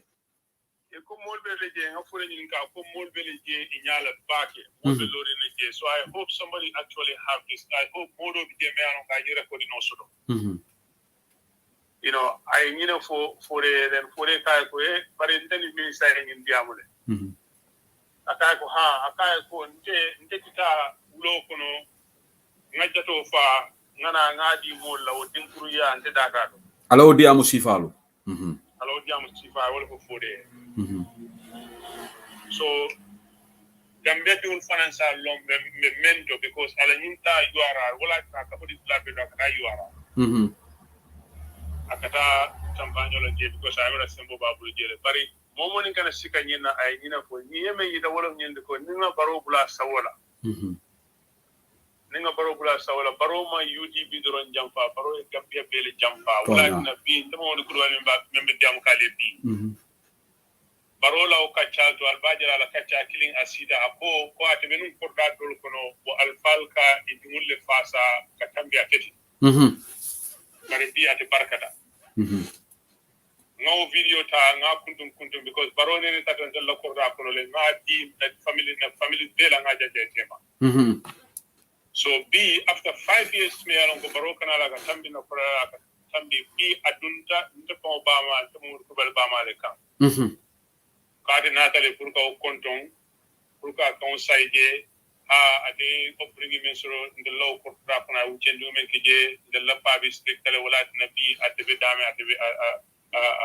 dame ka ko mero la bama di ay 40,000 of bondi ay di se fola pour ya di mero la so we ni le ita ko politiko bina kate fayo bina katakanne baro be menke kan sa wolo nyindira ka kitabul dimisole ti ani mol me alon kama mol me danku ngai memira no wotije so wala nabi abita kan ninga baro bula sawala ay mem foten fode ko ni mol ma de sabarindi non abe fode arrest la de o mu kuma jam farin baldi de mon nyande lambo la nyinalde yano ya jamme jamano ngaji nekenu nindi amuda moya foko ha al bekiliyarin ne al binafigi alla al hammeta ya tal dal non pensuro wala dina na je tiarati ya jame menke be sayka wala kan Gambia kono nim president o si lono a fo chairman o ko ni mo non de sabarindi no laftale police o de arrest ninga second mandate di parola ndel nga pale ndel jama ba se huite nde ande mo jama ba ate mo afetla abe mol arrest la lady abe mol arrest ba abe mol le patandi la mol men be duma min kilo mo wolle la poti birim baro na da sanji nani bi kata sanji lulu mani boto da seletale wallahi sukuro da seletale wallahi tulo da seletale cemento everything cemento jabo wodo nini mo sida sanyi nani itama ari la balo nyama falen for the better kuna tina be kate ke so tala ba di da mari la ngo MB nkanyim fo janne wallahi ninga manke fan jawyati ani modul la kunkili nafa baro hani 5% of the votes amanyana so na Gambia MB adun nata ta nyama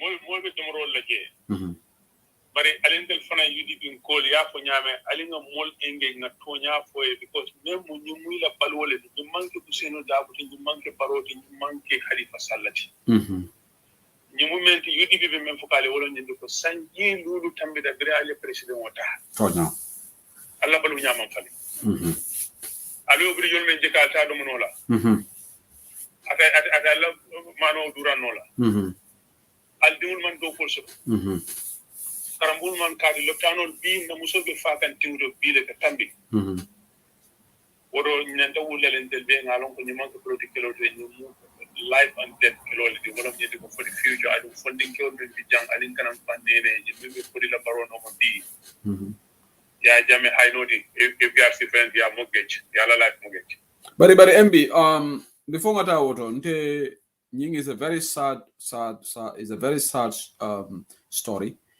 President nyantaka presidential ye president daji ko soto because ni mulu nate konton ise kamfa nyaonya fodi danjo kan wo manka fodu lati number 1 president buka fu moyo ko ni mulu man fengembe arrest lale ite fon ha atole amara ntenga wulo ntenga jato fa ngana bula mo ngawdi dinkuro wala ya domo ni otaransi sifa alfa nyanto kalmo sifal vara sako molu nyala hani teta le bani kiamano tema amanya no siol baro comme lo ya dabo men fo baro nyanta presidency anyanta bunyala le MB baro man president's place o ma respect nde wala na ninga molje ka baro so po ngafale ko wala ma ban tedi ñu man the same planet.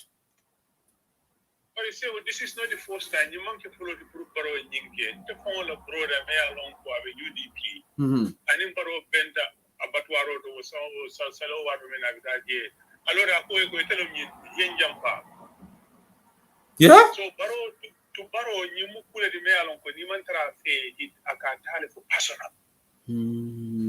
Adu political manke woti political menti wala nyen ko ni mol manke ya ye fere ke ya ni pray ne ya bari jamfade because baro man fe pending ke molie nde mamudu kurbale ndel ba fukale ko gambe dul la kudo janning aro baro be register la pour que presidential candidate ni ala tema hajja fatma ta tambajan tudo ada wala mo ko la ko mole ko jiri e kalman kudo kinde baro nominate non de baro yes do kalam nan defo ngay message o kinyane fatma jalo tama ja ko nalma ma koy ndol fenten tol bulu you know yeah kudo jiri e le o kudo ki pour ka fenke so wala nan baro be diam la ten so sign all of a sudden I did quote personal adu mome alon ka ka maten abe taman sero le da kam molla ala be taman sero le da kam molla nyanta wulale but ngamera MB baro should be very happy today abe lama nyanta kontana bawo iko they have pulled this thing out of the bag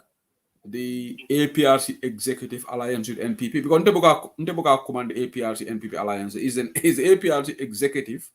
In fact, he got 2 members of the executive went against it. So the remaining people were learning Barobe alliance cake. And so remember, he should be very happy. He should chill. He should be happy. He should be full of smiles, you know. But why is he still angry? You've already got an alliance that you've been desperately looking for. So Manana, still you are angry, MB.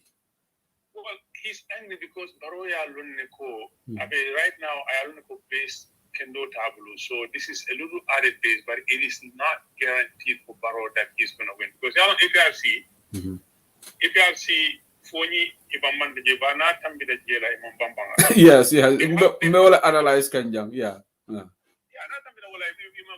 And that showed in the local government elections and the parliament election. They only managed number 5. You phone the win. All the parliamentary seats here may win as assembly, but a phone.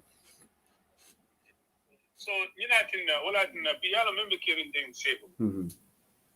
Ala wo akatama zero ida molla le jamin ike.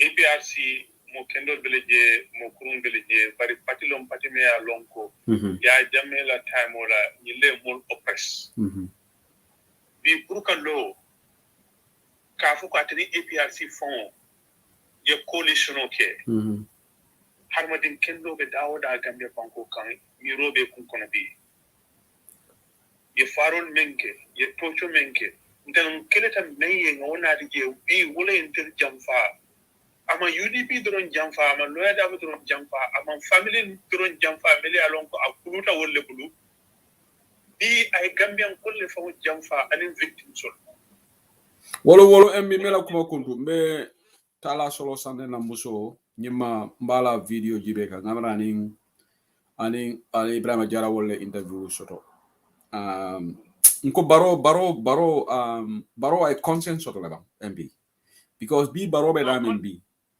baro mu ni jamfa attitude andum wallahi jamfa la ka jamfa la tutro bi ning mo do yete jamfa nte ko mbe o sembentu yala.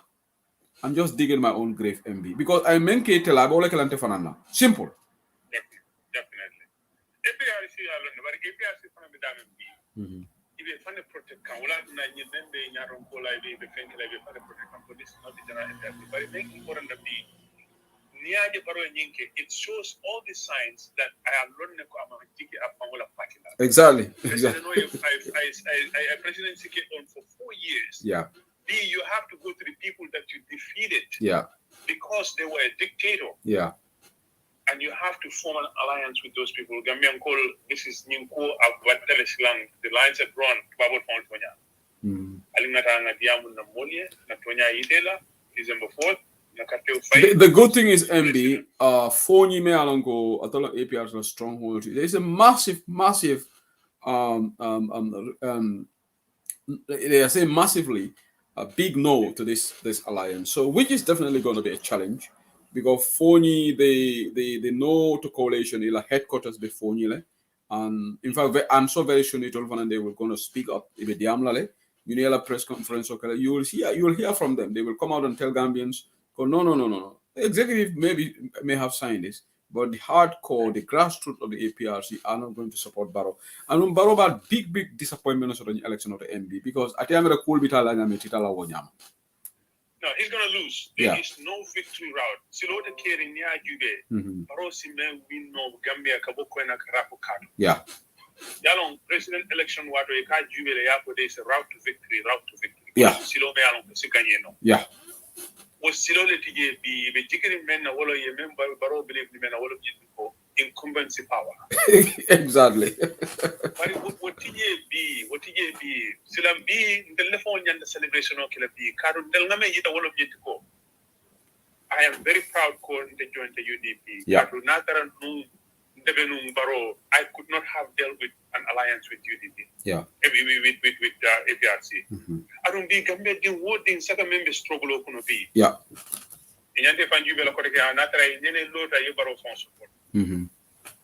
Because in Yemen Kele, you musul mem fa. Yeah.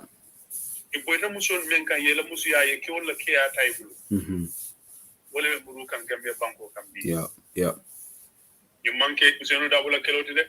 You muntel Gambia Kendall, then Menjama. You monkey UDP for like Kelly MB, you move Gambia. This is not about UDP, this is about Gambia because. The Mojama Kilo Jambi said, I don't want to take the time. New Fenfening December 4, but chances are to not affect it directly. But in Nitara Pase Santa Su, or a Nitara Padu Salakenya. What I need Tata Darawol. Only became along could be in a balloon form of Colari Bulla. Only along could be Musulme along could be Timuka and John Conlacuna. Only became along could be Fenfenite the Bulu. In Kilon Wolla Kilot. In Kiloman can tell a Kiloti, UDP Kilotamanke, Sendawa Kilot or Arabara. In Kilo is to Kilo for the right thing, one of you to go. I think until Fananga willing alone, Afro Lafel in the Banco. In the current Musul Luptano de Betea, Geo is Soto, Kurao is Soto, Balu Badai. But MB, one thing is, before I let you go, Manana Barrow is focusing a lot of energy in URR. Why Barrow? Because Baroka attention on the URR. Is it because he's from that area? Because I don't see him. Let's be honest here. I know bring Basse Marcel Janita Tata Jele. I promise you. But Brikama Marcel Janitale, Barrow didn't go there. Barrow didn't mala contribution more. I mean, Brikama Marcel. Why didn't president for Gambia? Why be differentiation? Okay, be in blood all fasalated blood all fasala. Why? Why is he so much interested in URR? Kufla. Follow, what I'm going to go. Baroya learn a fast spark like URR. He has zero chance. Flanya wolo nyintiko I learn to call a support based J form on Bamba. Because you have to understand Jimara village. How? Other than Jimara, stronghold Baroglu Dame he can confidently say because never say you were from Kanyube Karafos Sabi.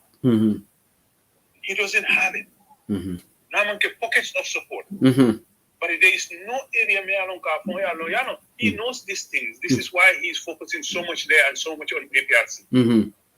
Waladna abe jikirin kunyine fenkela je waladna katanyi blado bag but no ide koda na birim kombo ikada inara bagadaji maji bagadaji membo because barola ni silo mbaru nga pale menya ndekelano barola ni silo le anyanta no pour ko marchol ni yele anin kolbe okay wala asige ala mol kay ko hani kana woke ibe men kela sign wolo myenti ko ngata ye toki yela wikino ke dro sign bara ko hani ndewo kela meme fokale ten is alila moyde akon ndewo kela because bagadaji UDP mitino men kije fonsi mitino le kije ko ke pour ka yitela ko del fana mol bijam really bagadaji mitino psychologically if UDP have had any rally in the country Psychologically, I think that may along offer round trip ticket. I think let him mention an amount may along Cabinalo Bagaraji no I do I have for the UDP. But you have MB UDP the Baronia Mandela Banjani December 4th. No, he's mentally gone. He's mentally gone because I alone that he doesn't stand a chance. So right now, what I think that somebody like me, Baro has not been in my compound for years. There's nothing Baro hasn't done. My entire family,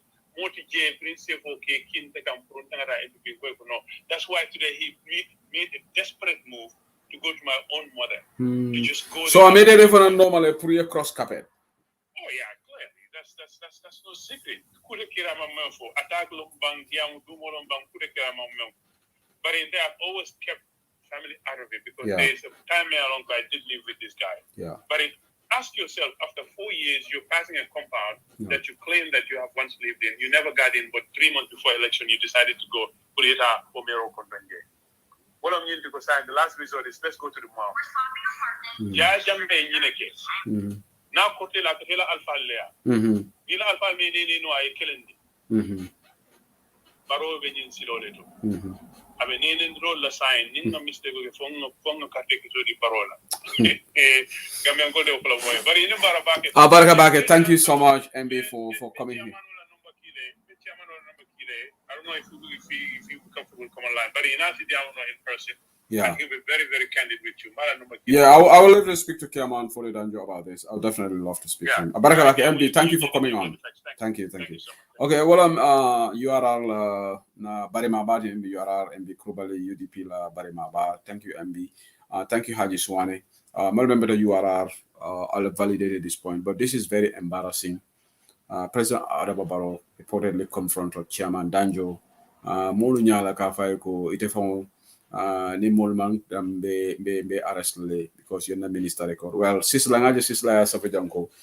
Probably not if another game be arrest le because Sisla na ne Dusano record le. He recorded Dusano a prank call le. A prank call Dusano be diamkan. So Sisla yemen for Tonyalon. So now is the crime. Pruka Barola Molo record. I will open the lines right now. Musa Sidi is calling. I have one topic to talk about right now, then I'll open the lines for people to have to say. Musa Sidi, go ahead, please. Assalamu alaikum, Sedili. Enembara. Numbara. Nkai mbota marathon meeting ula bari. Imagine volunteer batandi, so people think that I'm panic. Mbara, I was on a meeting for a couple of hours and almost 3 hours. Almost 3 hours meeting. So yeah, thank you for validating that. So I'm a bit Mbara. So it only America the NPP goal and the panic. No, that's why it showed on my face. I'm a bit. No, yalong. Sedili niaje molka emphasize Gambia nolu ngamirantelu nyanta fatala nyinale sign baby feed us. Yeah.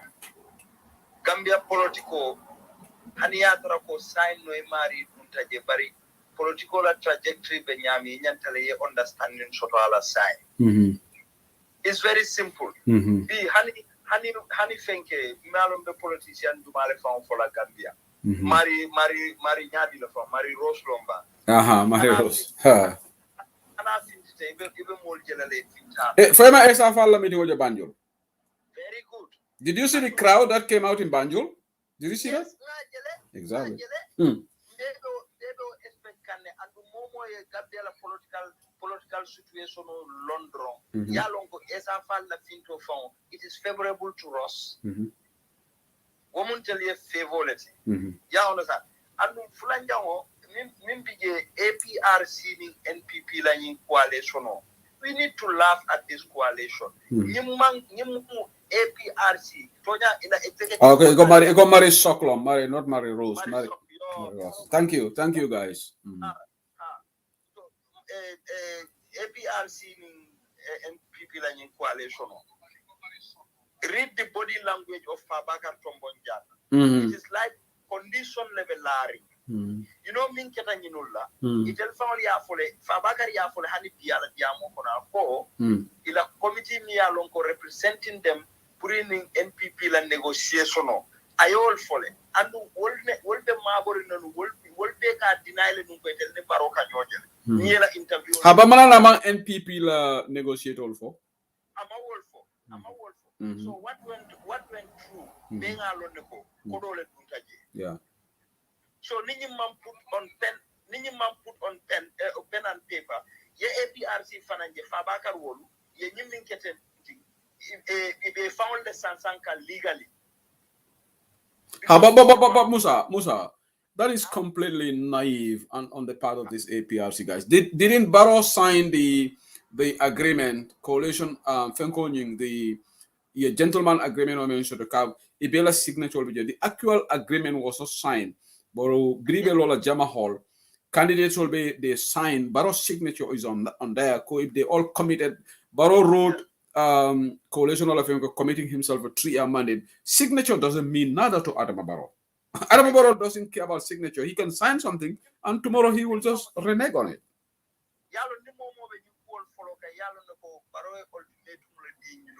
Because Ninyanda signed like every last Wednesday. But you problem with me so man sign no. So Barrow wanted to know now what are you people going to do? Because now group do left things that we along for work ya maybe tell the side. And I'll tell no executive are you going to give me Barrow Mantarala sexual calculator? These people is only the coalition of executive members of APRC. In NPP when you coalition of KKTP. Me important. How many APRC party supporters and sympathizers will cross carpet it and UDP? Yeah. So more you have to understand Lankana Akiko. Akiko Mimbekeri. Yalong Gabriela political Vinyam. Imagine the Fankeko, Itel Mantra Party to Itel neutral Kale. Itel never Wurikan Facebook. Because and what? Because he could be the favor. But be only the Wurikan the victims are crying. Okay, the so-called independent it will be Wurikan be. Exactly. So I am very much comfortable now. Yeah. I am very much comfortable because near Fabakar la body language on Jube. Ye Fabakar la body language Jube. Ya Jube you Ross Kanyame. Something is wrong somewhere. Because they put the cart before the horse. So say Ikamutaleko more minute telu no kan wolite nyilon na no. Bari audio jelle Canada duja akaita ndiko political interest let. Baroe kodole di baroe sa jolle di molla baroe motol di bari ngajele before nyimbana salo mentamira dem baroe APRC motol be dunkan state house sa joli ba dikela it is we all know that Musa that is definitely we don't need to belabor on that. Money the money was given. These people were sending all on it. But the most important let's not focus too much on that. Barola betrayal attitude ala jamfan tuimanya ndolu gambelo nyente baro jibela wala. We cannot put somebody in power mayalongo he or she doesn't live to his or her words. Yeah, understand? We can't. APRC ko jamaba ila supporter solo. Yeah. Njelinyanta minkela wala munyenti drongo. Ngaita dila ko. Dalilo liyatina baroni mingu alation doti yada. Ngau dalilo foy. Ngaita diko baroni kala word ono. So the only thing is alnana mbenga la nyoka telefonal ngabula APRC ko noka. Ila supporter solo kumayata ja. No di fabaka di baksoje the whole world. Let me tell you simply. I don't want to say this. I am telling you, honestly, Bakso Jete call Kele, Rambo call Kele to get kickback from those people. Wallahi, Amanke Malonde, Nakebaloma Mariti, Na promise the contact for but Rambo Kumandiroke, Bakso Jete Kumandiroke to get kickback from them. Wow, very interesting. No, I am telling you, motor center I am telling you, your motor center Germany Jan. Honestly, can you mean for the Bafokan platform or level? Yeah. Italian. Abaraka Musa. Amanjar Walla was saying, what to get in the Buruji. Yeah. They are not honest people. Wallahi, get a more name. Yalon said Limuna can do in Gamiano of court. Adamadu found a court. It take a funky molly, honestly, yet they for always evil things. Yeah. No, certainly woman better. Alhamdulillah. Abaraka Musa, thank you. Nibe honest, they nyanta ka honest. So parola attitude bi fanam passé, I think passé. Wakita breaking news let. Yeah, MBO elaborate le Haji Suwani audio that. That's very embarrassing on the part of Adam Barrow. It's very embarrassing. Barrow akita nyama na president olomu. And Fode Tanjo is a chairman elected by the people of Basse. Yeah. So the Fode Tanjo be bridge dadala. Yeah. It's not from the central government coffers. It is a grant. So Fode Tanjo local authority la kodo itela government buka hani sombe sono di ugola. Obe o bridge dada ite nyanta wo tanklale. Rather than iba envy iba jealous la for what? Baro nyanta wole kulala. We are not enemies. Nabe political nala political atata the political opponent lombara manken na enemy we mindundi baro ngokono ka enemy ki sambana ka create ani molu tema anyanta lo nal ko there is life after president. Absolutely. Repeat lale one day kaisa tala ko, but we were telling you this and you were doing this. Baro should have this understanding. Nobody is his enemy, political opponent from molu. Abaraka Musa Sedi, thank you so much, Musa Sedi. Late edition of Political Perspective. So today actually is 4th of September, exactly 23:24 p.m. in the United Kingdom right now. It should be 10:24 p.m. in the Gambia. Obviously 12:24 a.m. in Europe right now. So Kujajeles is 5th of September right now in Europe. I will open the lines for callers to have their say in this. Well, new move topical to me along is important. I love to come back for Laja.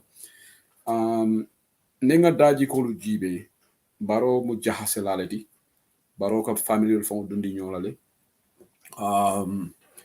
Ba adama baro ay mo jamale mone bari ni mo ya mera baro ye mone nte sehu sedile.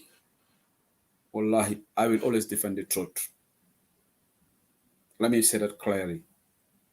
Mo benya alinga tonya defend ning Gambia de ko Gambia misilme bankolo andu tonya mo le siata Gambia hanatra baroye mega alliance sur le form baro man nyanda ganyela alinga tonya fasa because ila kaburo kono je detetal de damal betala je baroye Gambia jamfale ay UDP jamfa baroye fere jamale city kamol ni loya daba ko takendi alinga haklotu barola mulu yenyin plano dati junale ka mulu damal kafum ka family members ol damal ko takende nyola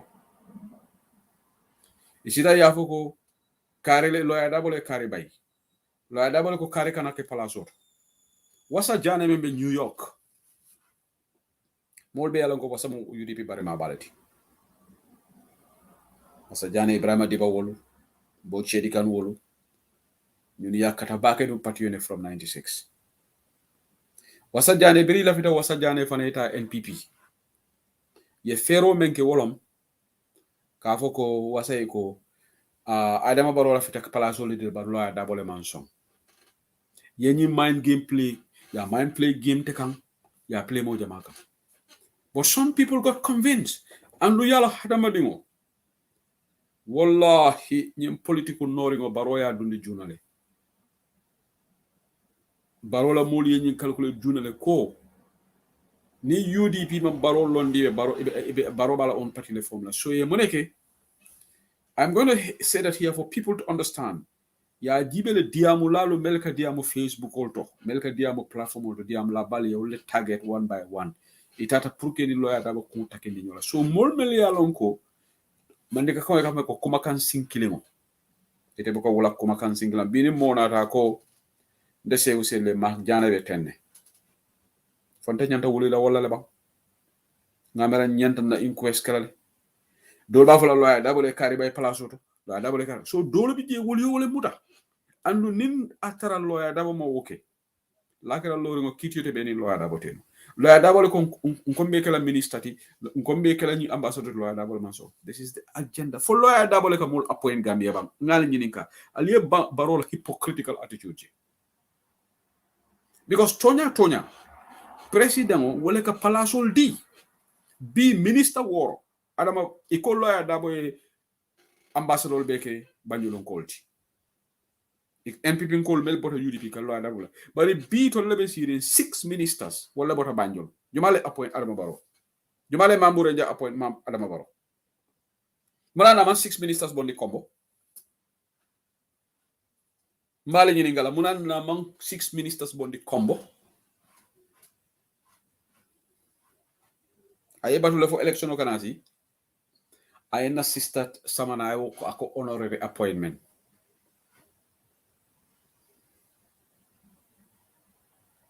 ayo appoint bari munana Adama Barrow man minister woro bondi combo ay Mamboure Njie appoint by Lamin Job c'est Omar Faye all these ministers ibe bota banjol ando ngabe siring bile Adama Barrow sulata fo nyinkol la manana Adama Barrow man 2 or 3 ministers appoint from foni nara regional representation non fofu na lawyer dabal ka kana foni manana Adama Barrow sojerol Samba Kalilay fo lawyer anu lawyer dabal 2019 lawyer dabal para president yala right so bi lawyer dabal fa nan kay ko sojerol Samba Kalilay Gambia ala nga korosi roke Gambia tambita nyonene wala le iko Gambia lolu bi molu kunindala munana albe sonna Adama Barrow yal dene ka family jol kun takindi nyola dol bi ji million ko be la time ta is wuli ye react andum bayri time ite be tonya lonna asatare Malta because nin tonya na ta funti kamalu la de de se wose de len believe to ko nde munana nga UDP support mbuka any two minds to ji UDP alama UDP ye gagné andum man sata lalo dama yalo membe kala sama because inka Gambia le moy ka fo lawyer dabo te kala president wati ha lawyer dabo carte jël ay election ñin Zambia la ñin president mo men gagné tabi si ñaan nani abe president ya ñu ka lulu ñawala winta ala le yalo ala le kala kulke membe kala sama hadama di ngomo long ikela mira nyala fo lawyer dabo be te president avec la president ni ala president ya safa konto atol la alliance anala jawya anala konantia ka kangola wote possible la wote kala non so lafita yamaro men di la Gambia non la alin kana som baro yen ko takindi nyola ali MB kurbali moy janne baro blata normal atata MB wol bama mit after kuma nori mo fo what about wol jam fandum ko sa election o kana si akakata wol bolo say too little too late family member sheet Adama Barrow ni ibadi mo fay ñuka aya sotetel la ali nga si nga tonya fasa tonya level labanna momoy la kaburo kono ini Adama Barrow se tarlaje ini roya dabo se tarlaje ini may fati tarlaje ini moto tarlaje ikilena be tarlaje pet bari Gambia be taran silo mena nimma fania kele ndo level lose la de I will never have regret for supporting UDP because I have the conviction Adama Barrow le UDP jamfa ay Gambia jamfa B mani boto da manke 1400 wala kilin kemenani wo manke Adama Barrow la itati Sénégal la jambando wo manke Adama Barrow la problème ti l'hôpital man boro soto glove sol man soto MRI scanner sol man soto je molu bi ni courant do lata molu ke kata Sénégal sojarol la campol wo manke la interest Gambia sojarol nga fale janne a jututatol lale bari ngalo ne ko Adama te carte ke sembe stola Gambia military barracks sojari Jamal be sidi be kamfari Adama Barrow kamal hani nyim mengete tan ali amere for the commander of the Gambian Armed Forces Yankuba Drame ate diamula nole drom barate dia lay army commander te kontan lay te la banko kan ika sojari keme woro bondina another country pour wol yena security de da banko ka itla sojarol be ji sojar commander jumal be kontan lawlo because it is actually the president is telling the commander I don't trust your men, I trust the Senegalese soldiers. This is a big blow to the Gambian National Army. The economic of Gambia, Kabri 9, 2017. Say election or 2 months away, Adam Barrow is bringing 600 and something Senegalese military personnel to Gambia. For what? So how is that not Katandiko? I don't have confidence in the Gambian National Army. So the Gambia commander and in the hierarchy of the Gambian command, even the defense minister, say Omar Faye, yalo kogo for toy mutak. Because this Omar Faye for Modoti. Ide mo defense minister ti. President ka fo ko ila soldier rol mal lela de. Ana man daran soldier kemela but soldier keme woro. So what is the use of the Gambian army? Why can't you disband the Gambian army? Adam Barrow. They just disband them. Because he made you can salary for what? Nyinda mada manyanda tina Gambia manya kato fa Adam Barrow. But the Gambia modul bi hasidia fanjawya. So the mass summarize lisi Olaf. I will open the lines in a minute. Luma do wax niti moy Gambia nañ leen gene tiahan Adama dafa jaxase family members yi.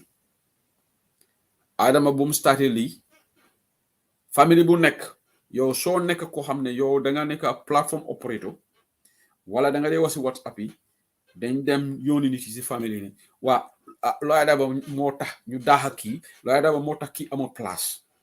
This has been part of their game. Man sax I'm a victim of it. Well, I'm not going into that.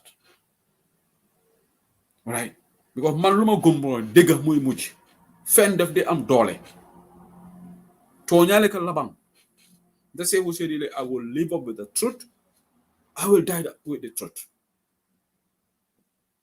Because at the end of the day, the judgment day will come. Tonyale ka labang. Anum fani ya sembo ko sotole. Adama Barrow mu jahase laleti. I feel like APRC be jahase. A UDP mamandi. Ay banko be jahase. So Gambianol waru ñoo sani ki karta. So feel like MLA program bi tay because program bi dafa xala gole tay why the problem is we have to come. I had an earlier meeting, a marathon meeting. Why ben tay because Bantaba has not come for a couple of days. People might think say who said delay fana ya day in delay. Because say who said legi solo legi daga defatul program. Hay man yalla tere anyway man ken sen wahi mënul man no matter what you do I will continue to talk. Inshallah, because I love my country.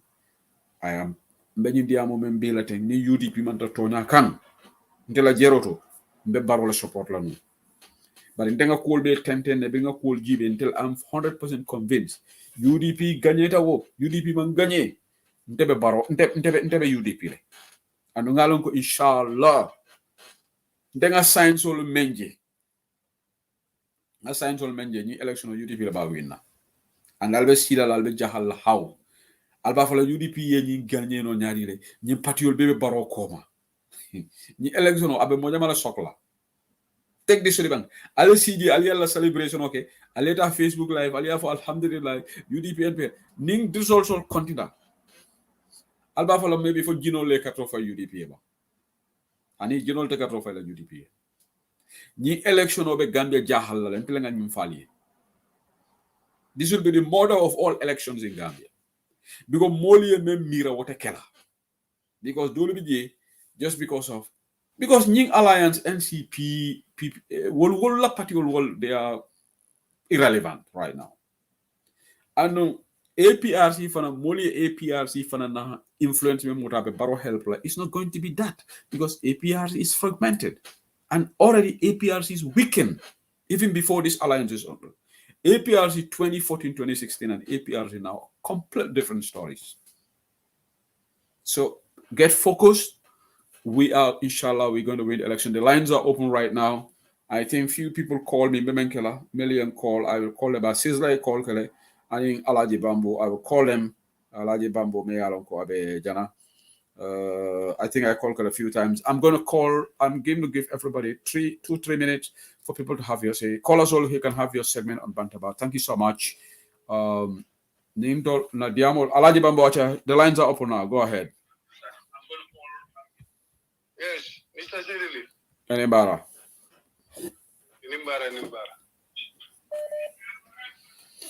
Go ahead. Mo jamal be line out dunkan. Go ahead. Yellow point. Yeah. My point is the first thing in left and Jabila. Adam Baro I'm from Basi. Alaji Bambo me Daniel aye jump for ni ika device or lamo in platform moment. Noise the feedback is coming. If you don't mind, please.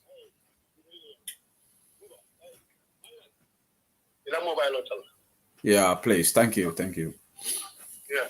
This is child who is playing his mobile. Okay. Didn't all Left damage Jabila come here and be my pledge the one day. Adam Barola in Kelo Basi, he has a disappointment. Yeah. Because before a proud jailer and why a proud jailer. Uh-huh. So we must call Sambalan. And they make him believe for Jawara in those days. Jawara Bolokolo call the Kawini. Because population was there. But now Mobe Echidoshi, Mobe Katarakombo. Yeah. So that power is no more in Bolonkono. So and also at a FECO, Bolonkono will live because of our bridge that was a will call 2 years ago. The bridge will live but nobody is there. You understand? So handicap meeting it was a problem for him. Chairman would make contact. Mundumalala meeting what you Samala meeting Galafo? Summer Sunday, yeah. I think so. Summer Sunday. Okay. But then so Adam has a big disappointment in Basel. And whatever Abula can you hang in the Abula or Shetan. And he does, sometimes he can't analyze like somebody who's supposed to be a diplomatic. Adam doesn't know diplomatic. He's not. He's like a kid. And left he's like a kid. He's very childish. Adama is very childish. Yeah. He's too childish. So he can't yeah, it can't because shine you understand? So more than Adam Malo deep inside, and he left Adam about Senegalese soldiers. So Adama Bisojarol not can find, but more Kanamera Cabo Sojarol live Gambia.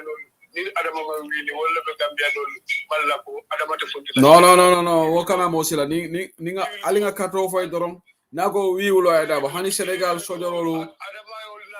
As a security na APRC ama haninya. Yeah. Hey, stop.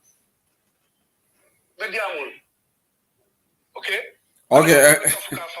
Yeah. Abul Kafka from Malefo, Ani APRC line mena among haninya.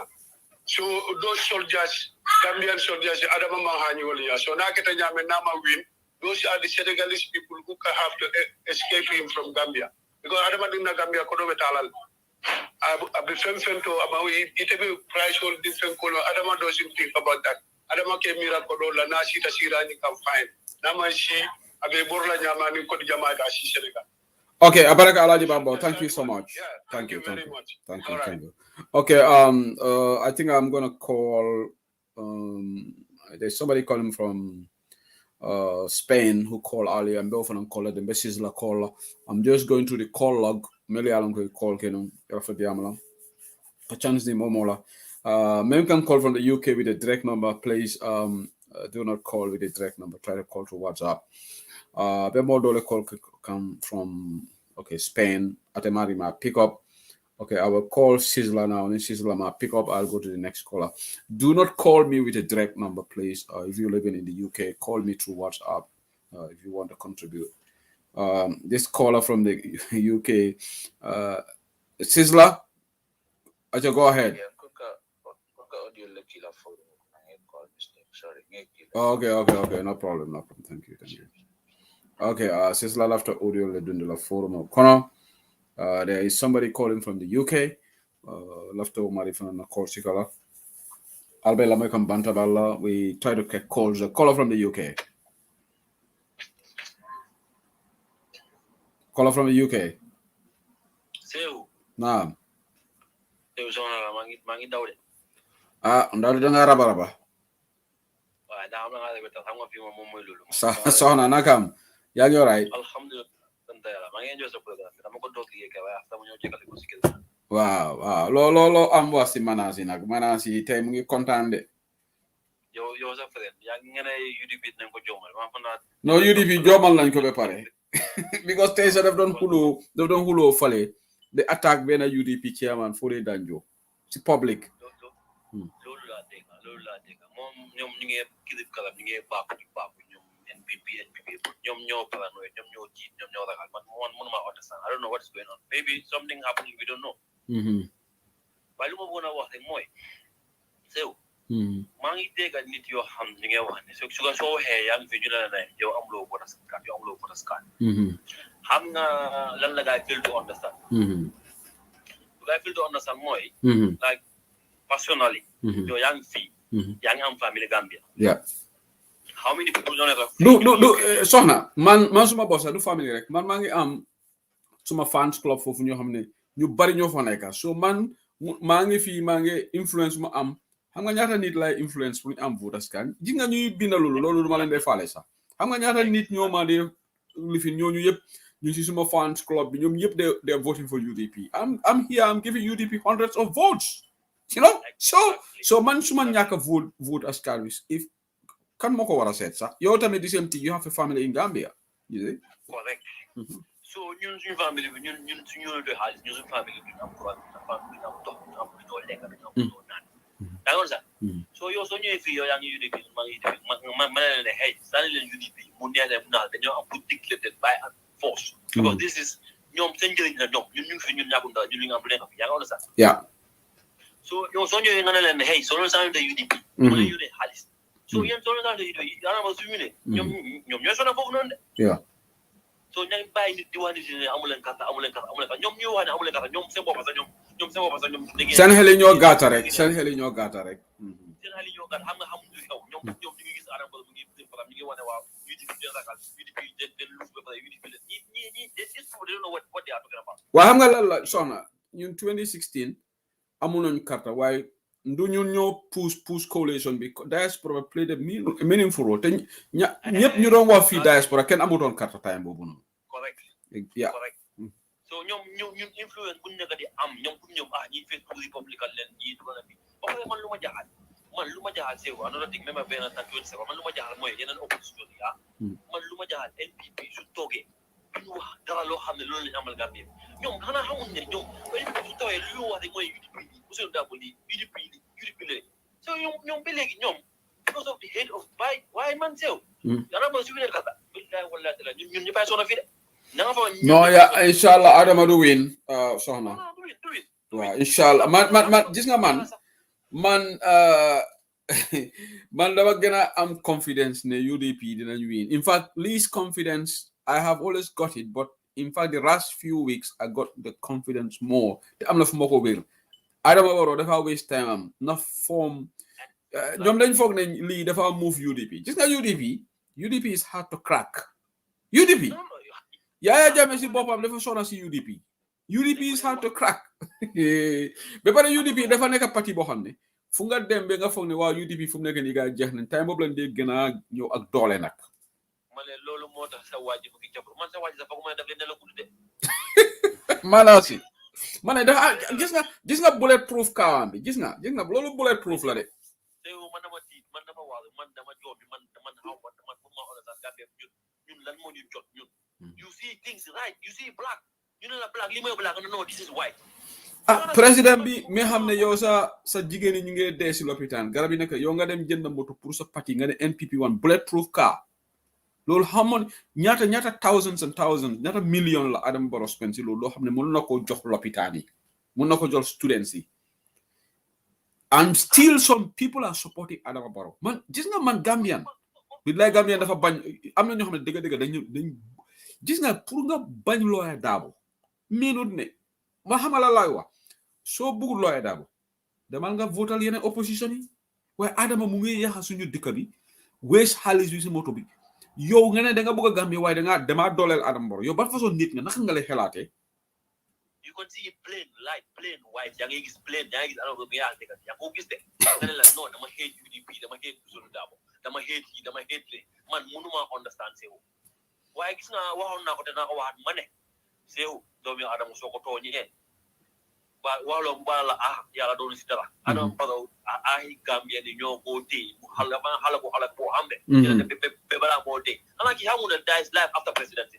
ha ki accuse UDP lu nekk lañ accuse UDP jox na leen proof wane leen luñ buga wane leen leen buga def ba léegi mënu ñu understand UDP nekku tribal party UDP ñëpp fa nekk UDP bu Gambia la yaa ngi understand kero soxna dama gis ñaari NPP supporters yi ndeysaan seen waajooju de ku dee laka olof naka la tudda sax fàtte naa turam sax moom ak suusoo benn waaji suusoo la waaye kii mooy mu ngi si seen NPP lifin bi so dañ ma yónni video clip waaw because man duma leen dee seetaan but somebody send it to my WhatsApp xëy na ku ko yónni suma WhatsApp sa ma déglu because kooku mu ne ma day se poosam dafa bëgg a pour ma déglu loolu about 800,000 voters so ma déglu this suusoo is saying ne gisuloo NPP 1 am na NPP 2 am na UDP tamit nañ dem am UDP 1 ou UDP 2 ba pare gars ñu ngi si moto bi ñu ngi enjoy ma ne la dëgg billahi am na ñoo xam ne doomi réew yu bon lañ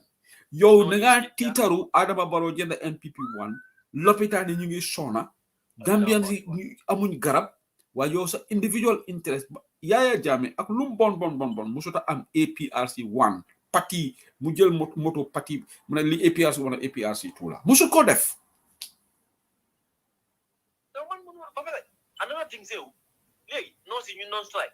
Say, where is the COVID money? Say, guy tasaro nañ sédale xaalis boobu di bitey moomu noonu dina suma next programme dina ko laal ibu bitey in fact I have all the letters here gis naa letters you have access to the letters bu guy sign release nañ xaalis bi fan lañ ko finance ministry bi buñ bind letter bi xaalis bi dañoo fay notice just that director of health services something bitey ñu ne moom moo yaaxa ministry of health wax nañ ma affaire am ñu ne dogo bu mag la dafa dogo si docteur Samate ba pare docteur Samate ñu ne Aïssatou Touré moo ko fa xam nga Aïssatou Touré moo ko fa indi there is somebody in Buyam hospital now Buyam hospital ku fa nekka wax nañ ma docteur xama ban façon docteur bi fàtte naa turam the doctor in Buyam hospital nee na he is very capable ku mun liggéey la waaye Aïssatou Touré moo indi si docteur bi tey so docteur bi tey bu Aïssatou Touré indi ko foofu moom bu docteur Samate ñëw rek mu nekk si dogo si docteur Samate ñu ne moom moo dee dem jaxase ñu bari si hospital bi ak kii so he is always eating into docteur Samate's ears this docteur bi tey ba pare ñu ne du dee toppatoo welfare of the doctors ak nurses yi ñu ne jaxase kat bu mag la docteur bi tey boobu noonu ku dangerous la waaw loolu la information boobu lañ ma jox te ku ma jox information bi kooku xam na ko bu baax mu ne ma kii gomu dara dogo kat la dogo kat la man sew docteur Samate ñoo bokk koñ si body stadium bi mu ngi am kii body south so Atlantic body stadium docteur Samate is a good guy but man docteur Samate lan moo ko dugal ci lii ana Adama daf da jox ñi ñu lekk yaa fi xaj lan la da jox ñi non xam nga moom bu xam nga lan moo ko jàll bu mu yuxu woon fii ne corruption moo nekk si xel xam nga gars yi dañ ko invite doon State House ñu altu ko député boobu la ragal because xam nga bu mu demoon parliament mu ne corruption loolu nekkutoon Adama was very very mad so guys they invited him for a meeting there gisuloo depuis boobu nag Dr. Samate is now tonam dafa change nekkul sago xam nga moom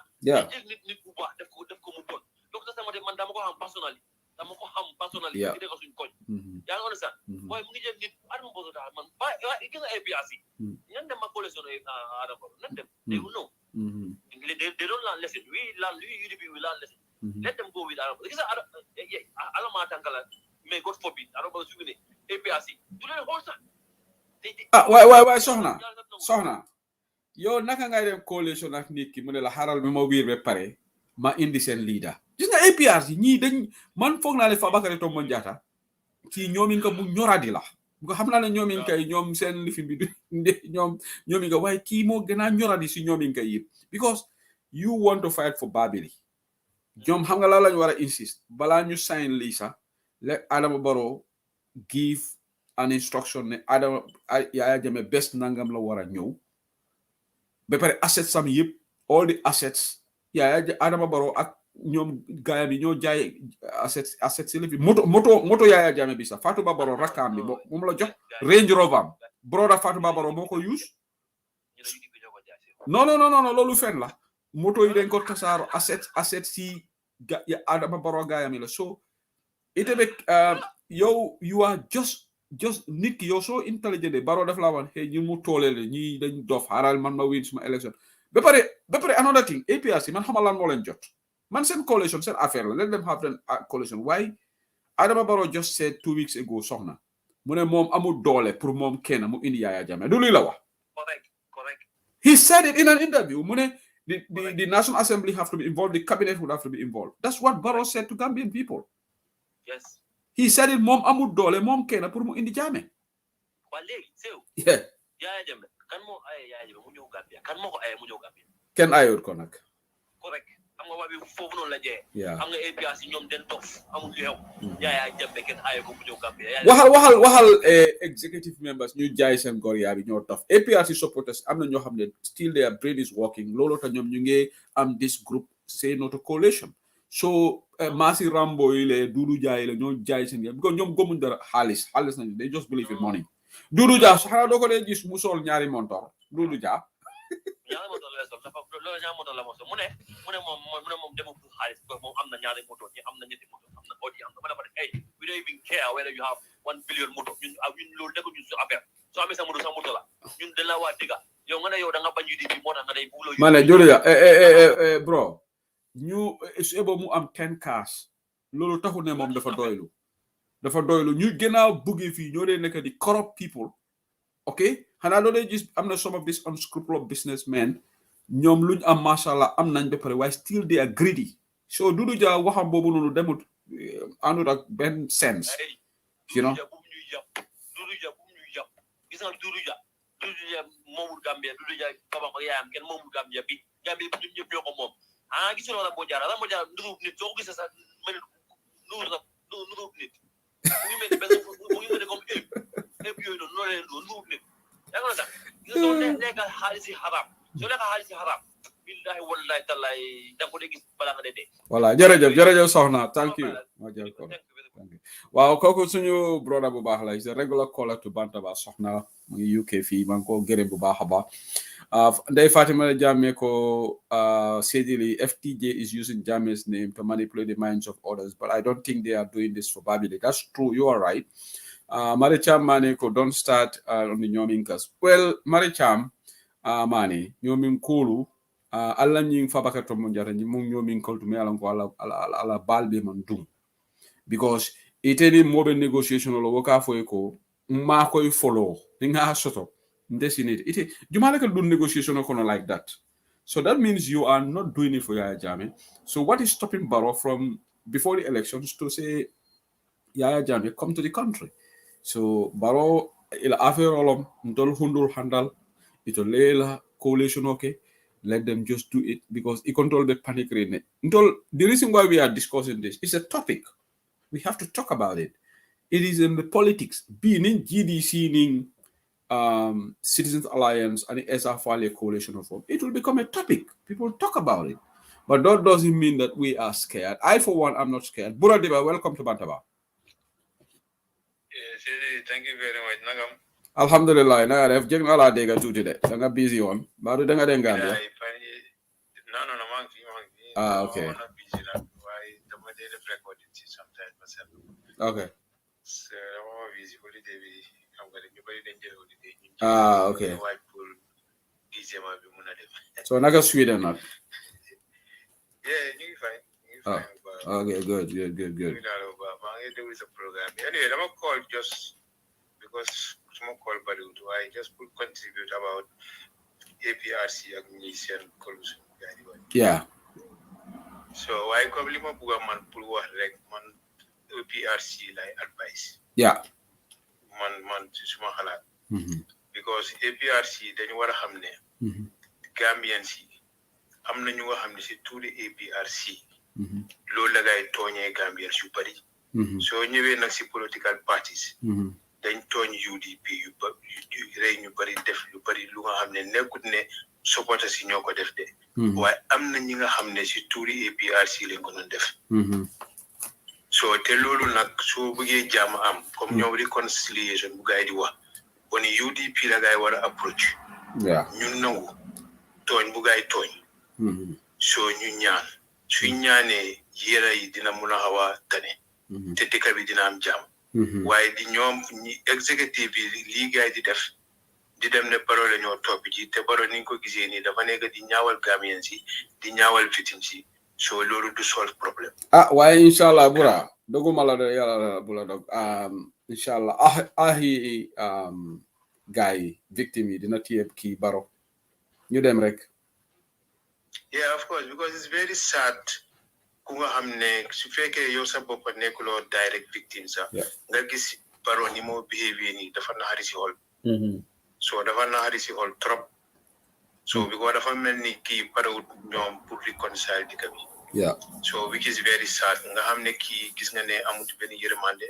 wanewut yërmande indi en sax ni mu dee acté mooy dafa nekk di ñaawle waaw loolu la dafa ñaawle di dafa nekk di ñaawle di birit te mboolem ku ko join si ñaawle bii yàlla du la jox ndam te yàlla du la seet du la du doo fi am benn ndam so because lii dafa nekk lu nga xam ne dafa deliberate so dafa am yu bëree bëri yu nga xam ne nit ñaa dee nit ñaa ri seen life nit ñaa bàyyi seen time yëpp pour make sure ne ñu change lu fi nekkoon so yow soo ñëwee yow nga ñëw di behavior nii nga fan na di nga si am ndam dëgga man gisuma benn wéy bu ma war a jox ne Barrow dina succeed te gisuma ko te Barrow si boppam xam na ne du succeed so loolu tam muy def desperate action yi yëpp muy def yëpp soo ko xoolee di nga xam ne kii dafa desperate dafa desperate kii su desperate tutoon dafa toog fu mu toog liggéeyam bu rafet nit ñu gis ko nit ñi si boppam di ko toppa si every time te du soxla benn collusion nit ñi seen boppa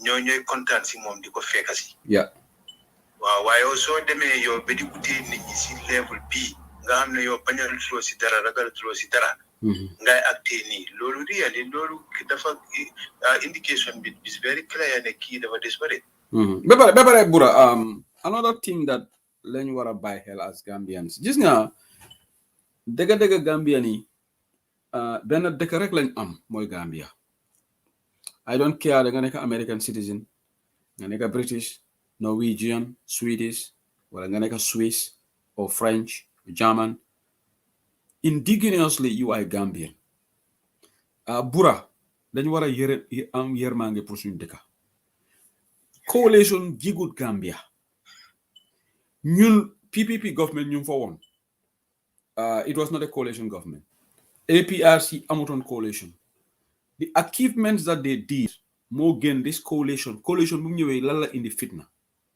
so why should we go to and this is not the problem is this is even not only APRC and NPP you have NCP PDP GDPDP you have NRP PPP APRC how can Barrow rule this to please all these people bii dafa indi confusion so Gambians lu ñu war a def mooy ñu votal UDP ñu am a fully fledged UDP government wala su fekkee ne dañoo sànni GDC ñu am a fully fledged GDC government wala su fekkee ne doy because ñun bura dañ am bad experience seetal UK fii coalition government lañ fi amoon mënut a dem even though with this sophistication of the UK government bu ñu amoon fii Lib Dem si dëkk bi dara mënut a sotti but now we have the conservative government they are able to put forward their plan gis nga dëkk soo bëgg mu dem da nga xool benn parti America they only give it to the Republicans or the Democrats why they don't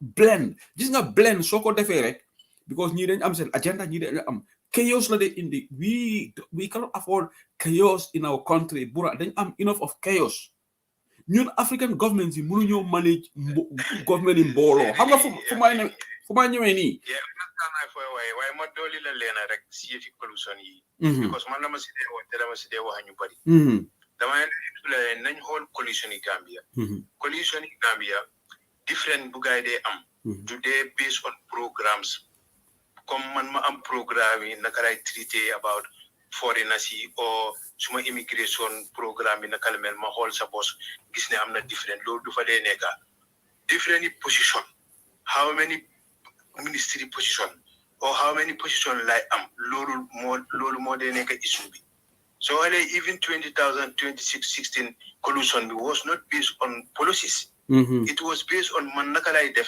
be muna am many MPs or many lead te lolo taxon ñu tasaro am fofu because ñeena ñi so xolé dañ ñëw suggestion bu nga xamné pour gaay ñom ñu gëna mëna am more position when it comes to MPs ak yoy so ñele ñu len dédé bu ko way bu was not based on policies so te lu nga xamné mom daf dé based on policies sa bobu daf dé tané sa pour ñu négocier because dina xol yow sa policies on immigration lan nga fa tek ma xol lan la fa tek ma compare ma xol na dina mëna baye bi o indi bi because man Sweden fi ma nek sa we have Sweden democracy we have social democracy so da ngay gis ne yenen parties daf dé xam ne ñi duñ mëna def collusion because ñi sen foreign law bu gaay bu ga impose ñëlé ñu ne impossible mënuñ ko nangu so debate bi ci yoy la dé neka why when it comes to Africa Gambia itself we don't have different on policies xam nga bura la moy yalla tere xam na ne duñ gagner man xam na ne gaay they will not win let these people fool themselves just no man I am being very blunt on this inshallah UDP nañ win election bi waaye dama la just a scenario this alliance suñu nduga ci cabinet you have to give cabinet positions to APRC you have to give cabinet to NCP NRP how can the president control such a government everybody with their individual interests and APRC would want to have ambassadorial positions all these people have Gambians let us be smart let us give the country to one political party. It's easier to manage. The president will have an easy right to control the country than this sort of mixed bag. Everybody have their individual damn selfish interests. It's not about the country. Somebody like Duduja, so you got a ministerial position. You think Duduja is interested in Gambia? Duduja is trying to... And in fact, what Duduja will end up doing, Duduja will abandon APRC and join NPP. You will see some of these people... Yeah, of course. Because yeah. Because right now, Santa Yala si benen gis benen aspect ne Gambian si right now awareness move for. Yeah. So ñu ngi gis lolu té ñun UDP tamit am ñun mën nañu wax ku nekk mën nañu debate ku nekk because suñ 5-point agenda bi mi ngi ni so ñëwé ci aspect bo ñëwé rek UDP mën nañ ci wax ak yow because su fekkee ne gis Gambia la UDP liñ sofa amul ben parti bu nga xam ne sofa nga ko té loolu yëpp soko xolé ñun sofanes yu ñon def yëpp it was based on law for country more law for country more alu tak loi ñun loolu lañ dee ba ñu bëri dee si ba ñu bëri am si injuries yu nga xam ne ba léegi ñu ngi dem ak moom so it was based on rule of law dañ ko war a respect dañ war a live equally so loolu la UDP dee yoolu la UDP sone so te soo xoolee UDP fu ñu dee dem nag ñoom loolu even maire yi nga xam ne they cannot read and write waaye train nañ leen si naka la gaay di travailler pour difin motivate nit ñi lan reason moo war a tax ñu yow UDP te yii la gaay dee wax gisuloo ñu ne Madi Jobaate dafa bindane Gambians yi dañu war a génn protest on Monday against NPP alliance with APRC. Guess what? This is going to be complicated because Barrow is trying to put Gambia into flames because the problem is there are a lot of people who are also angry. Man, I have no problem with Domi APRC. They are Gambians like us. But what Barrow mo gana bon than Yaya Jammeh sa. Man si suma xelaat. Gis nga Barrow lumo or Gambians si Yaya Jammeh si bopam. Because Yaya Jammeh dafa yaga gaayam yi de. Bala gaay am problème de Yaya Jammeh dafa yaga ak ñoom kii tuuti. Waaye kii ko xam ne nit yi ñoo génni seen alal. Kii falewut kenn bura waaye ma bàyyi la rek nga def sa point si ma ngi jël this is your show. Waaw thank you man suma li ma mujjee wax mooy ñun yëpp nañ stay focus so collusion yi ak yooyu yëpp amul dara lu nga xam ne daf ñoo war a distract no it shouldn't because UDP ñu ngi taw bu baax te UDP ñu ngi wax ak Gambien yëpp te Gambien yi ñu bari ñu si ëpp yëpp gis nañ ne UDP mooy parti bu nga xam ne suñ leen joxee Gambia inshallah suñ ni ñuy raw dëkk yu bari dañu raw te luñ ñu rawee sax dafa bari so kii dafa ñëw bugg a ñëw indil beneen delayance te loolu la Gambien yëpp war a bañ so te inshallah Gambien yaa ngi wane loolu things will be okay thank you very much. Thank you borom waaye tey nag dama Gambia musolu. This is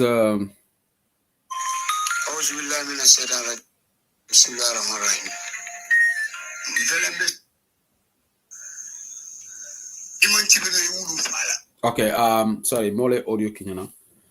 Meda program o kumfala jang ala barakadake. It's already past midnight in the UK, so utale. If it is Saturday.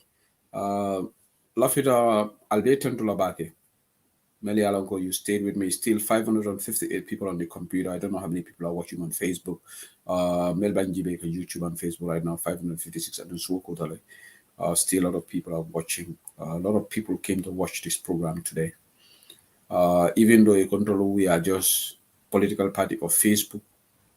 I will call on the election day. Fontola diamu ay nafaso to faman nafaso to inshallah I will call nali amira ni Facebook diamu ni WhatsApp diamu la te impact on the election ro. What ala fo baro ya la media platform ol sorong. Ala fo NPP ya la WhatsApp group ol sorong. Ba tol ko social media nafata la. So why are you having social media platforms? At all sometimes if you say something is not good, so baro na la Facebook platform ol sorong. Ala baro media platform ala fa sorong. Ba ko social media nafata la. Ala la WhatsApp forum ol fanan sorong. Al kana mo nene social media will have an impact on this election. Social media rules the world right now. And on social media, inshallah, the influence on this election is going to be seen. Albajilal on election day. But in a disappointment, killing soto jam. Kola sol membe dunta jam. Hani Gambia musu killing man call ke jam. Mbe muso la bangole fokam bi. Fonding ke wole sa bantate muso me alonko. Comme mbalin chami yasi anyame bakaw sambale keta jibi. Twin cholo. Musola le kapata Gambia musol lem the 100,000 more than men registered. President be gagné la Gambia musol be. But in platform be caring musol ka backseat leta ke wala ka call ke. And all voices matter. Nalo nakal ka participate political konole. But al fana nyande ka contribute. So on a day like today. Musol le ka bantingoto. We expect the balance of the call, not only on Bantabat, in all platforms. Musol, we want to see take the lead. Atola nyantanda banko bonila ni maral krumokon. Alka call ke mulka la voices moi. Today I had about 5 or 6 calls, all men. And we needed a program or doldo. Membe keri mfana the same. Nga membe keri la moide. Maybe call a killing full of sabah, but majority ka kekolo. Now, female folk, why are you not coming up front to talk? You should be upfront. Sign election be campaign what all it. Fatu Seri Sabale is very regular caller on all these platforms. Manka Damati.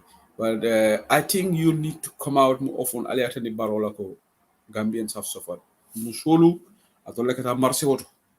Inda paso koleata atoleka feel. Kewolo ninkewe keme fula dila waran keme sababu so lekata I manage.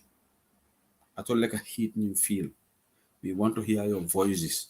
We want you to have your Facebook lives. Bari alinga decorum soto. Amanjere nendirla. Amanjere moy mo personal attack. Amambare moy dunkutoro. Hani sometimes moy ku diamo do kala amay balolo ko tulo. Nite mari believe to ko be tonyal la imanyana mo attack la personally. Imanyana mo attack la ye mo jaka mo attack personally. Amari is angry mo comfort mo wala ka personal attack because amari ka jele ko mantra tonya wallahi ni xana mani xala no be tonya kan hani mo lete tonyi e ka sabarele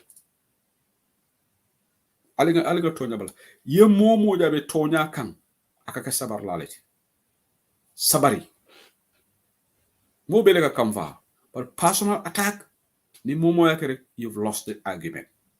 So anim fanam the political mentor alinga molu sabana ina patio kono alinga kari molu bay UDP ngolu nak fonga tonya fo nyole legi ka tonya fo terie aman terie tinya but we have to fontol damale tonya UDP mu tonya patileti